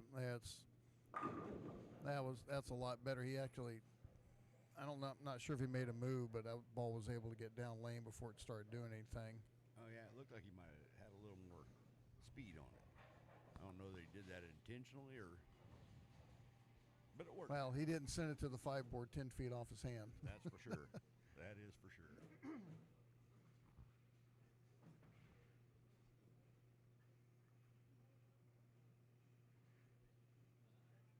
It's awful quiet in here when nobody's bowling. It is. They got a nice little crowd back. Everyone watching. That's pretty good. Well, I'd say there's close to 50 people in here. Quite a good crowd for a little 8-lane center. Plus, we got 42 people watching right now. Heck yeah. That's pretty good. Yeah. Lisa, I ain't turning nothing up right now. Of course, I'm not sure when she sent that. It's hard to say. I might have even had my microphone on to begin with. I did that yesterday. Maybe she was talking about you. Maybe. First time ain't the first time she's told. Oh, that is That the was first. sailed right. It is the first time she's ever told me to speak up, not shut up. Well, I was. You answer my question. I was gonna like, which one is it? Right? Yeah. Which one do you want from me?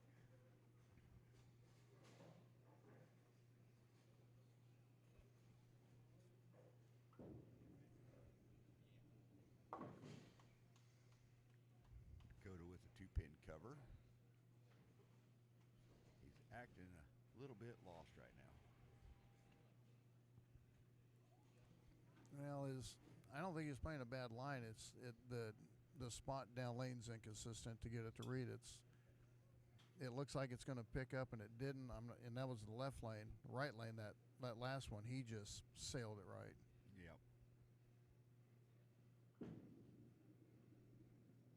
There, he didn't get that And one that's out. what I mean. Once he gets to the right spot, he's like, yeah, just throw it like that. It's like I do. I think he knew that was money before he ever Yeah. drove it. I'll tell you what, Aaron is taking advantage of the break that he got from that good game Oh, yes. in the position round.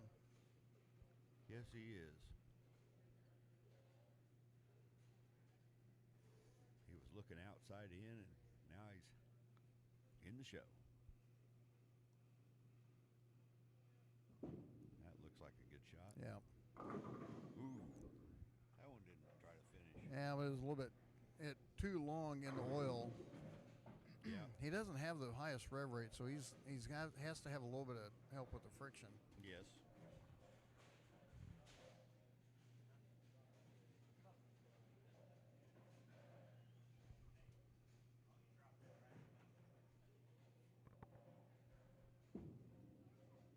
Nice spare there. 170. Aaron can still shoot 250. Dakota can still shoot 236. So, game's not over yet.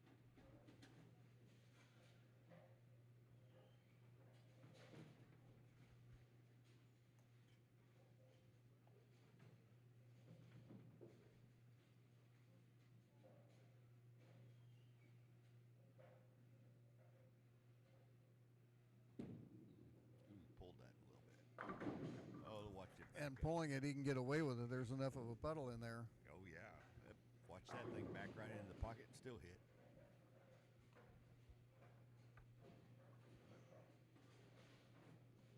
We do have this slight chance of a tie here. We're going to be done by one? Really? It's definitely looking like it. That's a good shot, I think. That was a really good shot off his hand. That's what happens. Instead of going inside out, actually, got it in line and fed off that friction.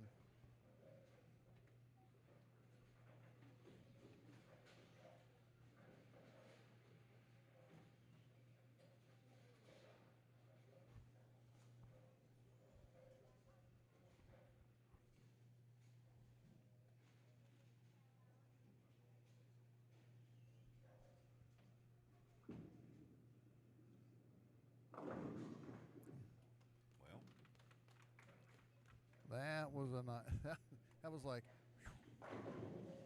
he got that one in and had it slow rolled enough. So 236 possibility for Dakota. spare strike 9, and Aaron could shoot 236. Yeah.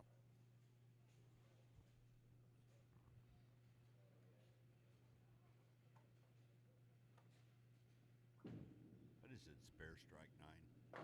That's a lot of pins in the 10th frame. I was sitting there doing the math in my head, going, Pretty good game. how about just spare? How about just spare 9? There you go.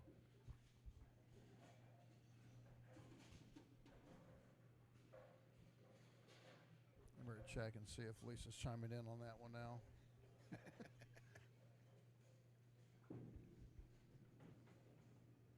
And Dakota finishes with a respectable 225. Yeah, he needed that double to force a double out of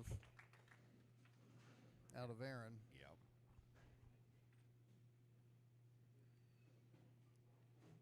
Now, let's see. 9's.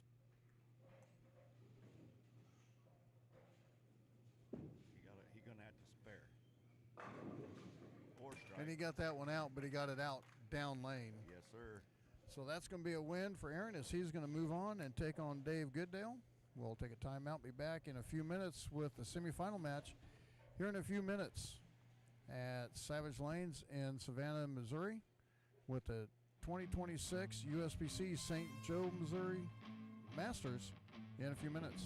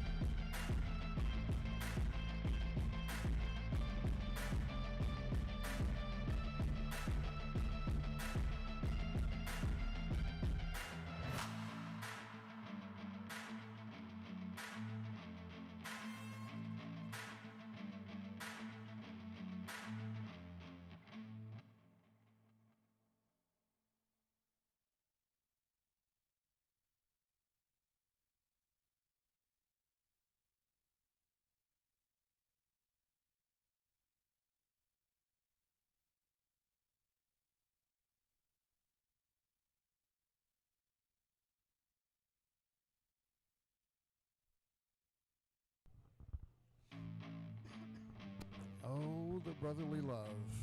Well, yeah, that's right. The next three guys are all teammates. Oh, are they? Yeah, they all bowl together. Ryan Ragland, Joe Finley, back with you at Savage Lanes in St. Joe, Missouri for the 2026 USBC St. Joe Masters semifinal match. Aaron Larison going up against Dave Goodale, the qualifying leader, and he kind of struggled a little bit early and started down a little bit, and then he just did what Dave Goodale does, just started being steady. Had the 230, 240 games, and I'll tell you who got the bad drawing games. Andy got a bad draw in games, I think. Well, not only Andy but Jeremy Snipes. Oh yeah. He goes 30 with the loss, 67 with the win, 16 with the win, and then he goes 54-43 with a loss. Ooh. So if he gets those two that are usually wins, that's 60 pins. Uh-huh. And if he has those 60 pins, you give him 1940, and he's in the show. So Would he have been a number one qualifier? no, he would actually have been number 5. Oh, really? Yeah. He shot 169 his last game in the match play, and that was on. No, that was right here on 3 and 4.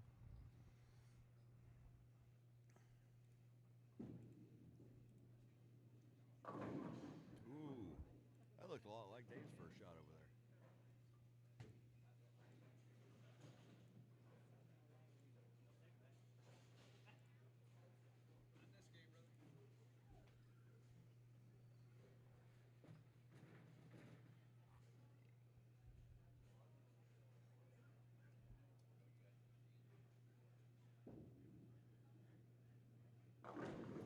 Another little shaker. Wow, that thing went long. That's a track of some sort.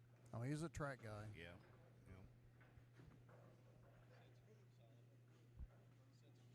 He was talking about the.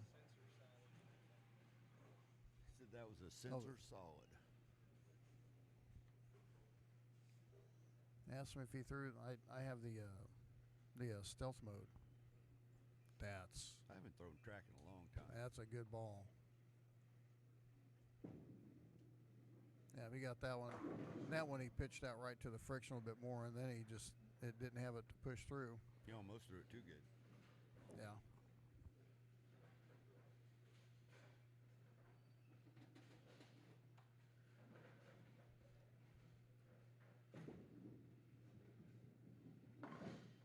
That's a pretty ball too, that fair ball. Not my colors though. Well, no, not necessarily, but still pretty ball. So next year at Revolutions. Yes, sir. It will be the first weekend in April again. I will mark it down on my calendar. Yep, it will stay that way for the rest of me and Jesse running this show. Another little swisher.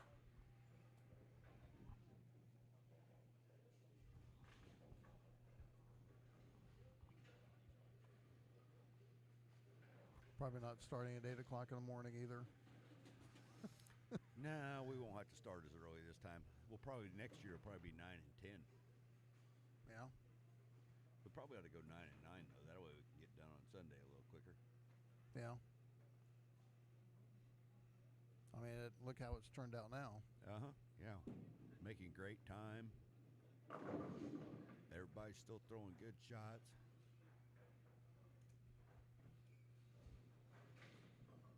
Still got a pretty good crowd in the back. They're a lot quiet though. I don't understand why. Wait till Ryan gets up here next game. That's right.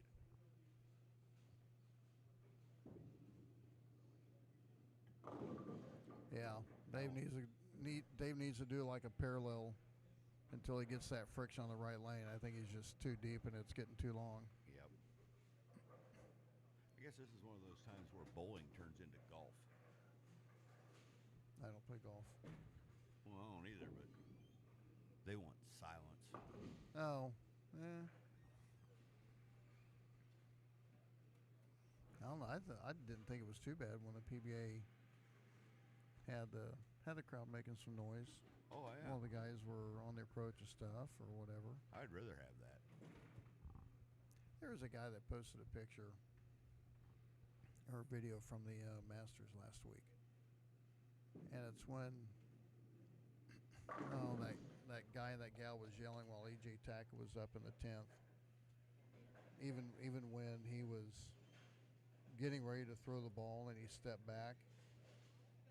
It was on. I think it was on his first ball, and he crushed it because I think he needed to double, Right. and he stopped. During the, put his ball down and reset himself and everything, and I mean he crushed it, wouldn't he? I mean he handled it like he needed to. Yeah, it's pretty good. Yep. And someone made a comment about how classless it was of the people doing that, and I'm like, well, that's what happens when you're selling beer at a televised deal. That, yeah. That's in a closed area, Well, and and that's when you get to the point where the people start policing themselves, going, "You really need to shut up." yeah, it doesn't matter whether you like them or not. Give them the respect that they're there. EJ's he's one of the nice guys. Oh yeah, And he's just tough to beat. yep. Goodell needs to keep his string going back again. Larson off the sheet for 290. Yeah, Dave's getting in a situation where he kind of needs a strike here.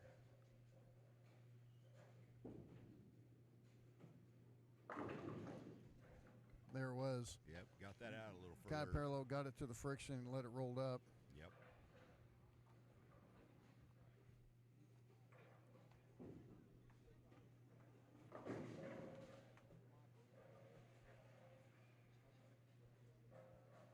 Got our number one qualifier, Ryan Brown, down there throwing practice balls now, getting ready for the match. Yeah, all three of these guys bowl together pretty much every tournament. Oh, really? Yeah, yeah. They bowl on Friday nights in league and Oh, ooh, oh. that's not nice at all. A 5-7 out of the pocket? I mean, I know he got it in a little bit, but good Lord. Uh-huh. Yeah, that ball didn't drive at all. That's got a chance. Had a chance. Yes, it did. Just kind of stopped on it down there. So 230 max for Goodale.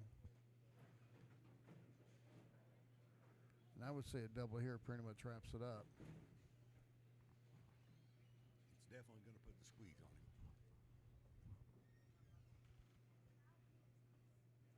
Aaron's pretty much locked in now, I think. The shot don't change much on him. He's going to be tough to beat.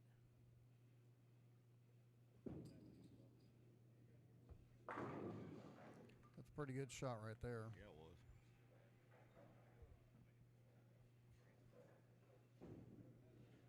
Got a little bit of look of determination on his face. I think he might have liked that shot. I think he got pissed off after his buck 60 against Manini Well, in the 7th game, I could see that. and then had to go back on lane 5 and 6 against Manini. Thinking, well, this ain't fair. Yeah.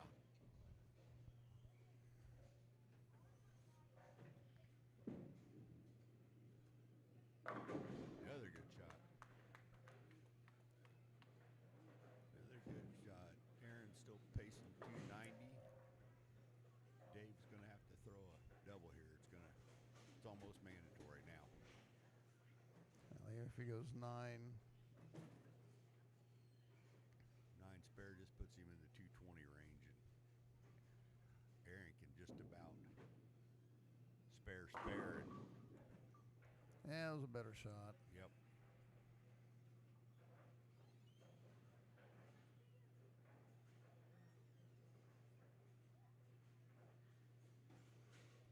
is.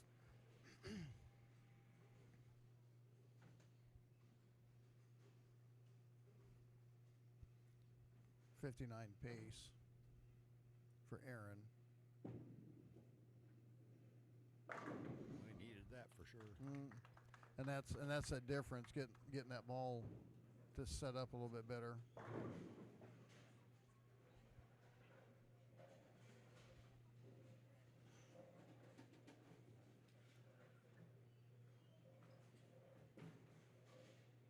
Nine right here is pretty much icing on the cake. Strike will sew it up for sure. Yeah.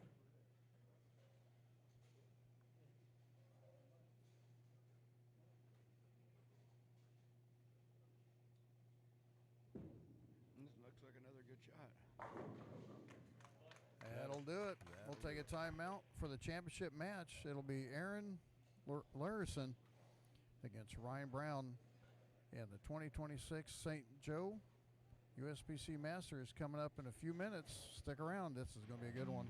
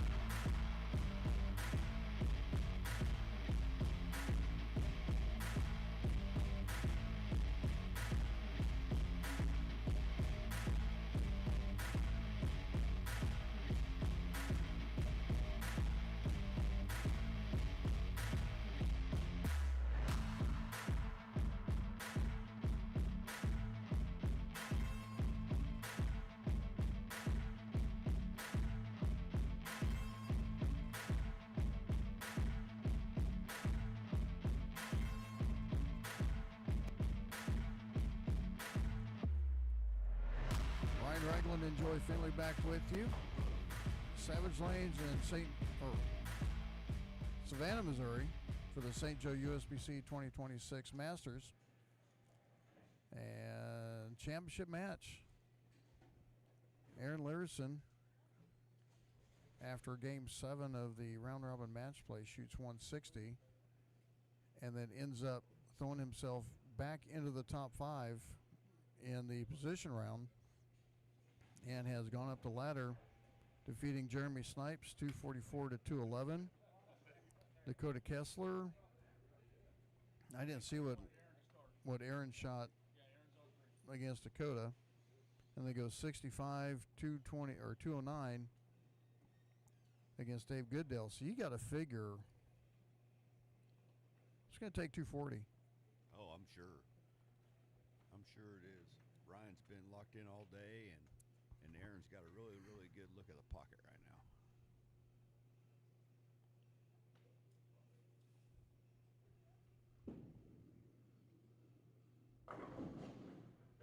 There you go. All it is just a simple hitting a spot down lane and letting the ball roll up.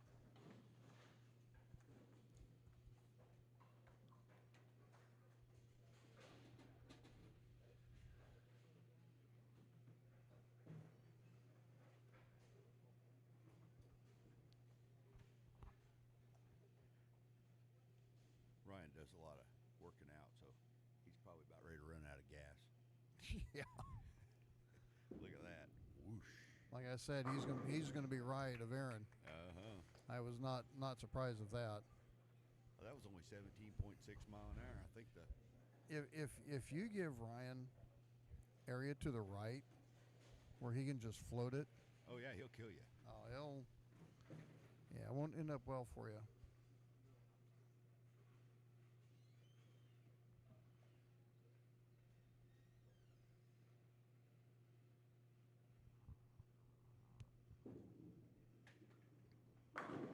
I'll tell you what, if you take a look at the scores that Ryan had, he was pretty stout. Goes 47, 57, stumbled a little bit with 05, then goes 68, 55, 79, 76, and then 19. Yeah, that's a pretty horrible day. That's need to shake that one off. That's right. And I believe he went, he goes 6-1. The only match he lost was the 205. Well, that's how you get yourself to the number 1 seed. Mm-hmm. That looks like a pretty decent shot. When I'm bowling well and you're going to give me 30 extra? Oh yeah, yeah, Sure. yeah. Why not? I'll take him. He didn't even need him, but he'll take him. That was the one thing I should look at is, what the scores were.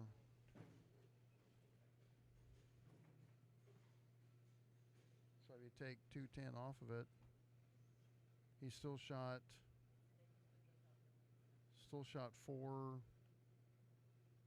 390 for 8. Is that right? No. Take 210 off the 7 wins. Yep. So he shot 2006 for. Yeah. So he was still averaging over. Yep. Oh yeah, 250. That's pretty good. Yeah. That gets you there. And getting 30 a game. Yeah.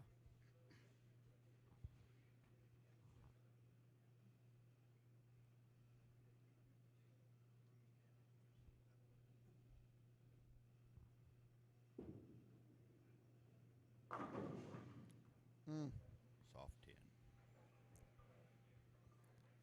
And that's part of your problem. You're playing off the pattern now instead of having the availability to get it to some friction.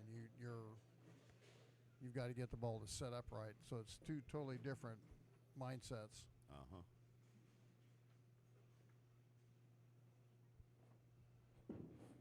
Uh-oh. Uh-oh. I can see that one right off his hand.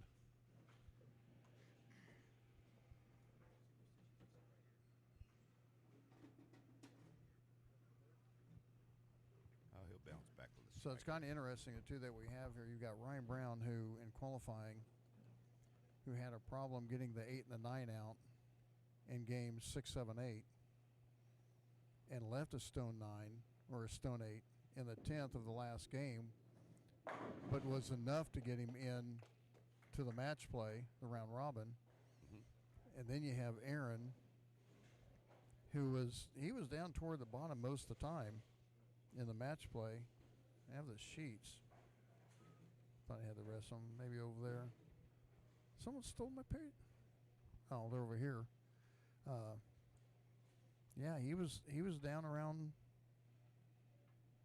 5, 6, 7 most of the time. Just battling to get himself in. Has a good last game and gets himself into the step ladder. That's a good one. Oh. Ooh, another 10 pin.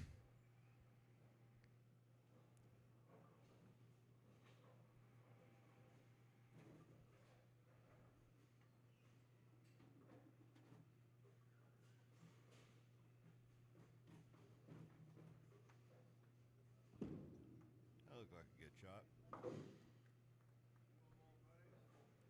Got Aaron Yeah, Larson. and right now he just until it'll be interesting to see if Ryan can get back in double coming after that open or come up and get 2 more for a 3-bagger.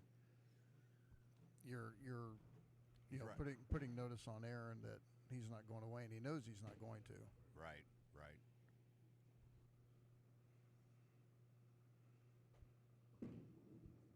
Decent shot there. And that was in. You could just tell it never picked up. Nope. Just slid all the way.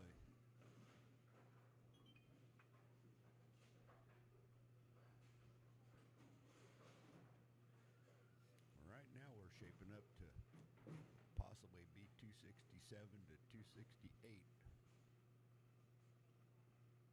As long as Aaron picks up this 10. And he did. Well, kind of gave him a break. He couldn't take advantage of that open by Ryan. No, and it didn't like he So didn't that put kinda, it there. Yep. So it kind of changes. Now it kind of gives Ryan a little bit of life again if he can walk up and double here. For sure.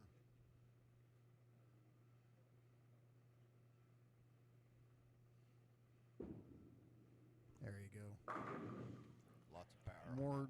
More direct, and it came off the pattern the right direction. Yep. He doesn't have a whole lot of room left to right to go there. It seems like the more he leans on it, the less carry he gets. Because it skids just slightly longer, makes it hit a little flat.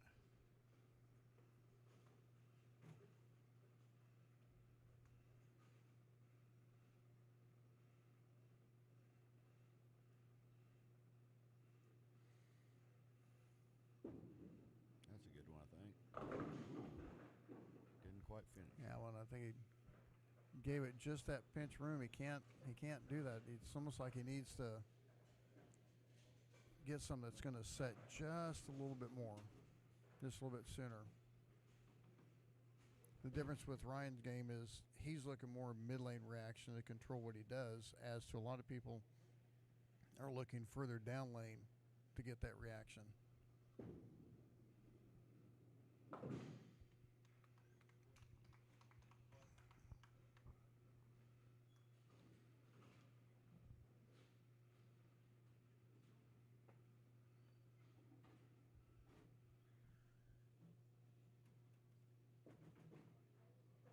See if Aaron can get back on the strike train here. Looked like a decent shot. That's what happens when you give that a little bit of room and you have that friction to the right. Mm-hmm. And that's the difference where Aaron has that free room to the right to find the friction, get to roll up, as to Ryan's playing further right into an area that hasn't been developed enough. And he has to be careful and make sure he gets the more directional forward. Yep.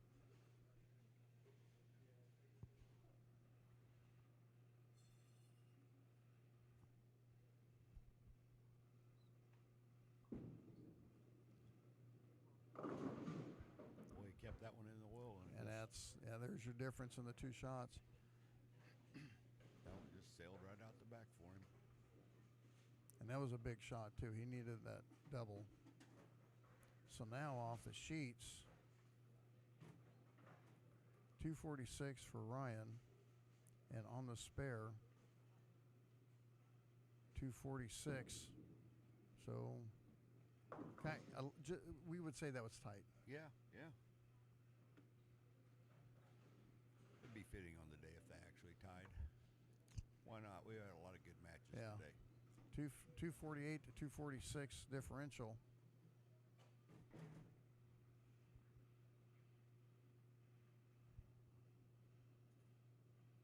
That one looked a little more under control. Yep. That was a pretty good ball right there. I think they might have heard that down in the Kansas City area. I don't know. I didn't know Couriers were blasting on Sunday. All right. Big, strong fella. He pulls you over and tells you need to get out of the car. You get out of the car. Yeah, that'd probably be a great idea. He's a real nice guy, though, but I don't think I'd want to see him mad. Nah. Never read. Nope. Got it in, and it never read.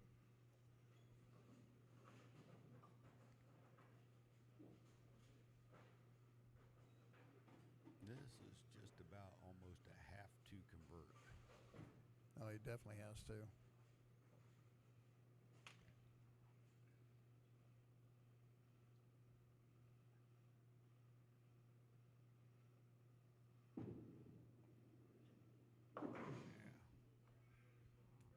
Max score for Ryan now. Let's see.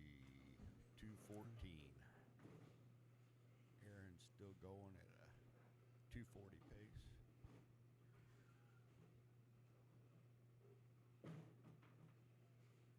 Yeah, 228 pace. 228 pace to 214 max for Ryan.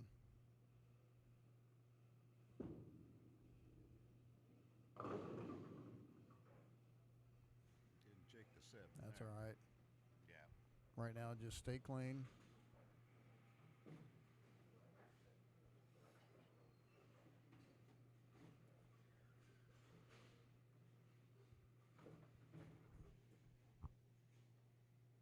Ooh, get over there. Yep. 7-pin spare. Aaron can still get in the 230s.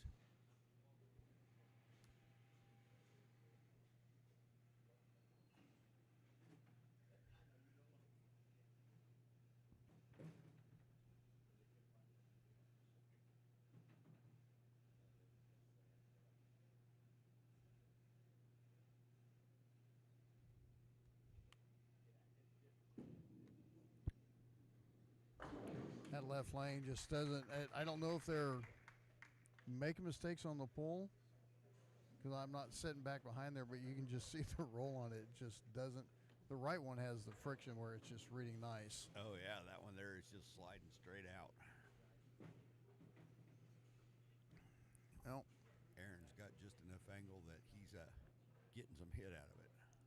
Ryan needs to punch out for 214, and that will force a first strike. Yeah, that one got dead left to right. That was it. Yeah, that's going to do it. He had to keep that ball forward on the right lane. And I would have played the same line he did. Maybe something that's going to reel a little bit sooner, but hey, the guy just got done averaging 250. No one's going to tell him he was playing him wrong to begin with. That's right. That might have a chance there. Oh.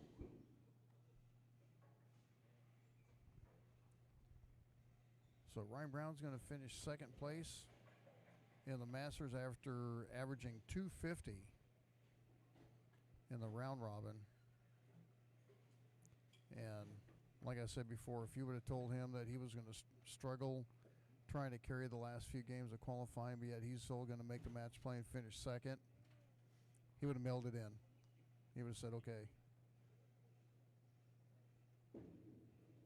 Ball change. Hit a little harder, but still couldn't shake out that 7. Yeah, that left lane, it's a little bit of a Exxon Valdez, you might say. Yeah, playing really long.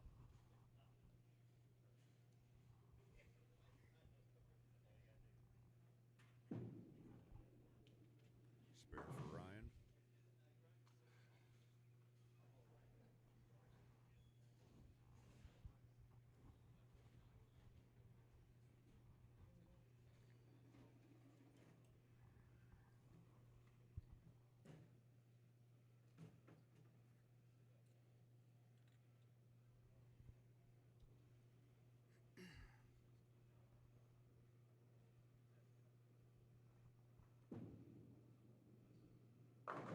Yeah, that ball's definitely got more pop in it. Yeah, it was needed something that was going to pick up a little bit more on that left lane, and it's hard telling which way to go on the right lane with it. But still a great tournament by Ryan Brown. Yes, sir, it is.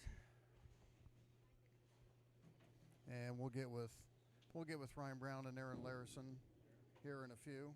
And There you go. Aaron throws a strike. And Aaron Larison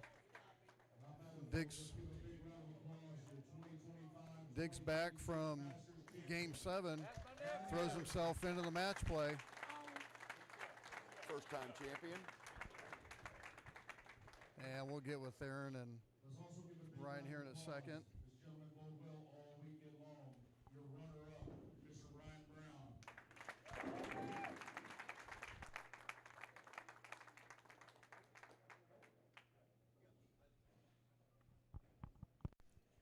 And one more for Aaron, and we'll get with both of them.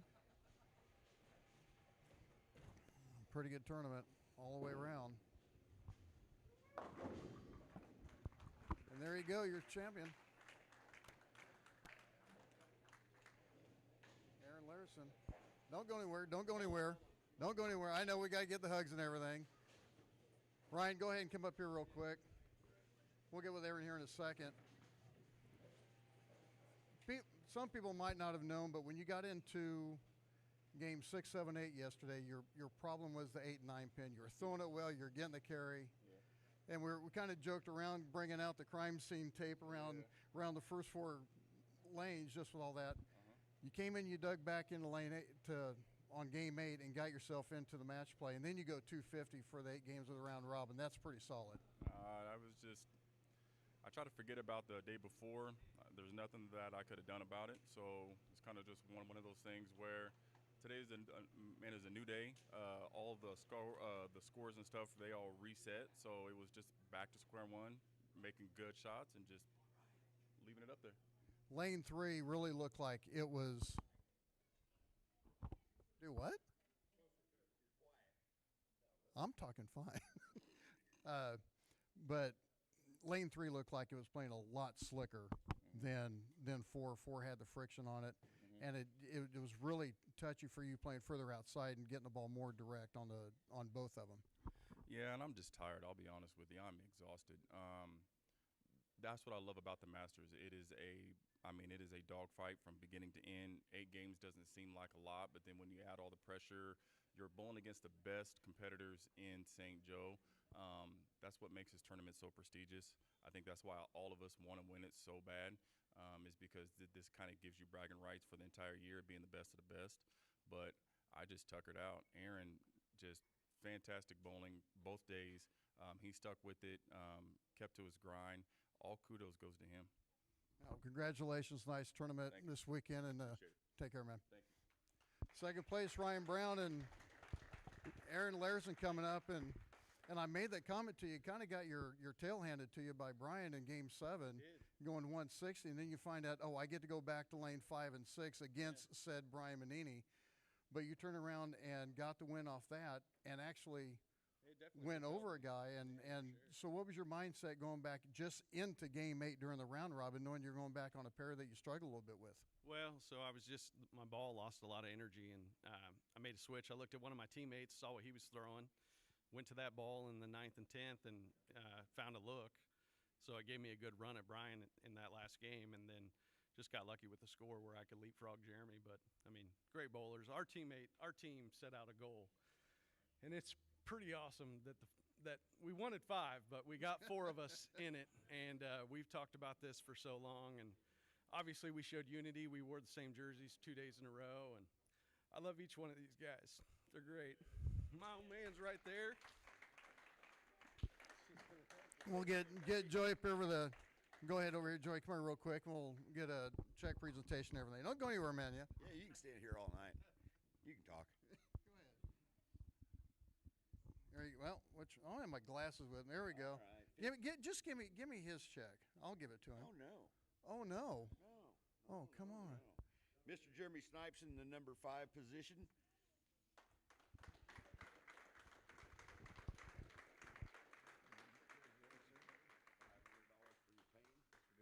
All right, thanks, man. In number 4, we have huh? I can't, Come on, Jesse. we'll get them all up here. Get them up here all over. We'll get them all at once. Where is Jesse? Oh, there he is. Yeah, we'll just do it all. Just stay up here. Stay up here. Stay, bro. We'll get a picture all at once. Get the rest of them up here. In the number 4 position is Dakota Kessler. He had a really good weekend.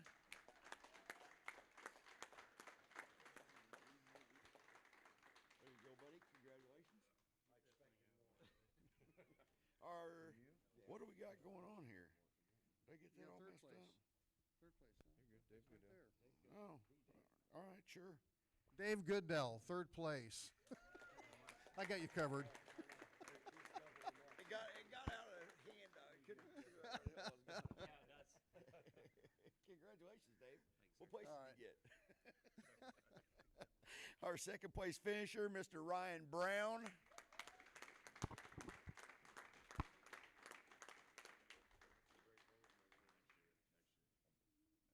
Congratulations, buddy. Nice show, man. And the champion. Did you ever think it? I actually thought I could do this today. That is awesome. I actually did. Congratulations on your win. Thank you. $1,300 for your time and trouble. So this being your being your first championship, now you get one of those pretty banners up there. That'll be pretty neat. Looking forward to that. All right, congratulations, man. Nice bowling all week. Thanks, guys. Oh, come here, we're good. Come on, Aaron. We got to get the pictures. I'm gonna step out. I didn't bowl this thing. You guys get in there. So there you go. There's your top 5 finishers, and congratulations to Aaron Larison on his first St. Joe USBC Masters Championship. And that's going to do it for us. I want to say a huge thanks. Everyone joining us on the broadcast, all the sponsors, Victory Chevrolet, Lisa Finley with Shelter Insurance, Joey with Finley Transport, Ryan Farms, Lingle with the Savage Lanes. Everything went absolutely freaking perfect. The girls helping with the scores, kept everything updated. Machines ran great, great conditions, great bowling. Couldn't ask for a better weekend. So once again, congratulations to Aaron Larison on his first Master Championship and a great run by everyone. Uh-oh.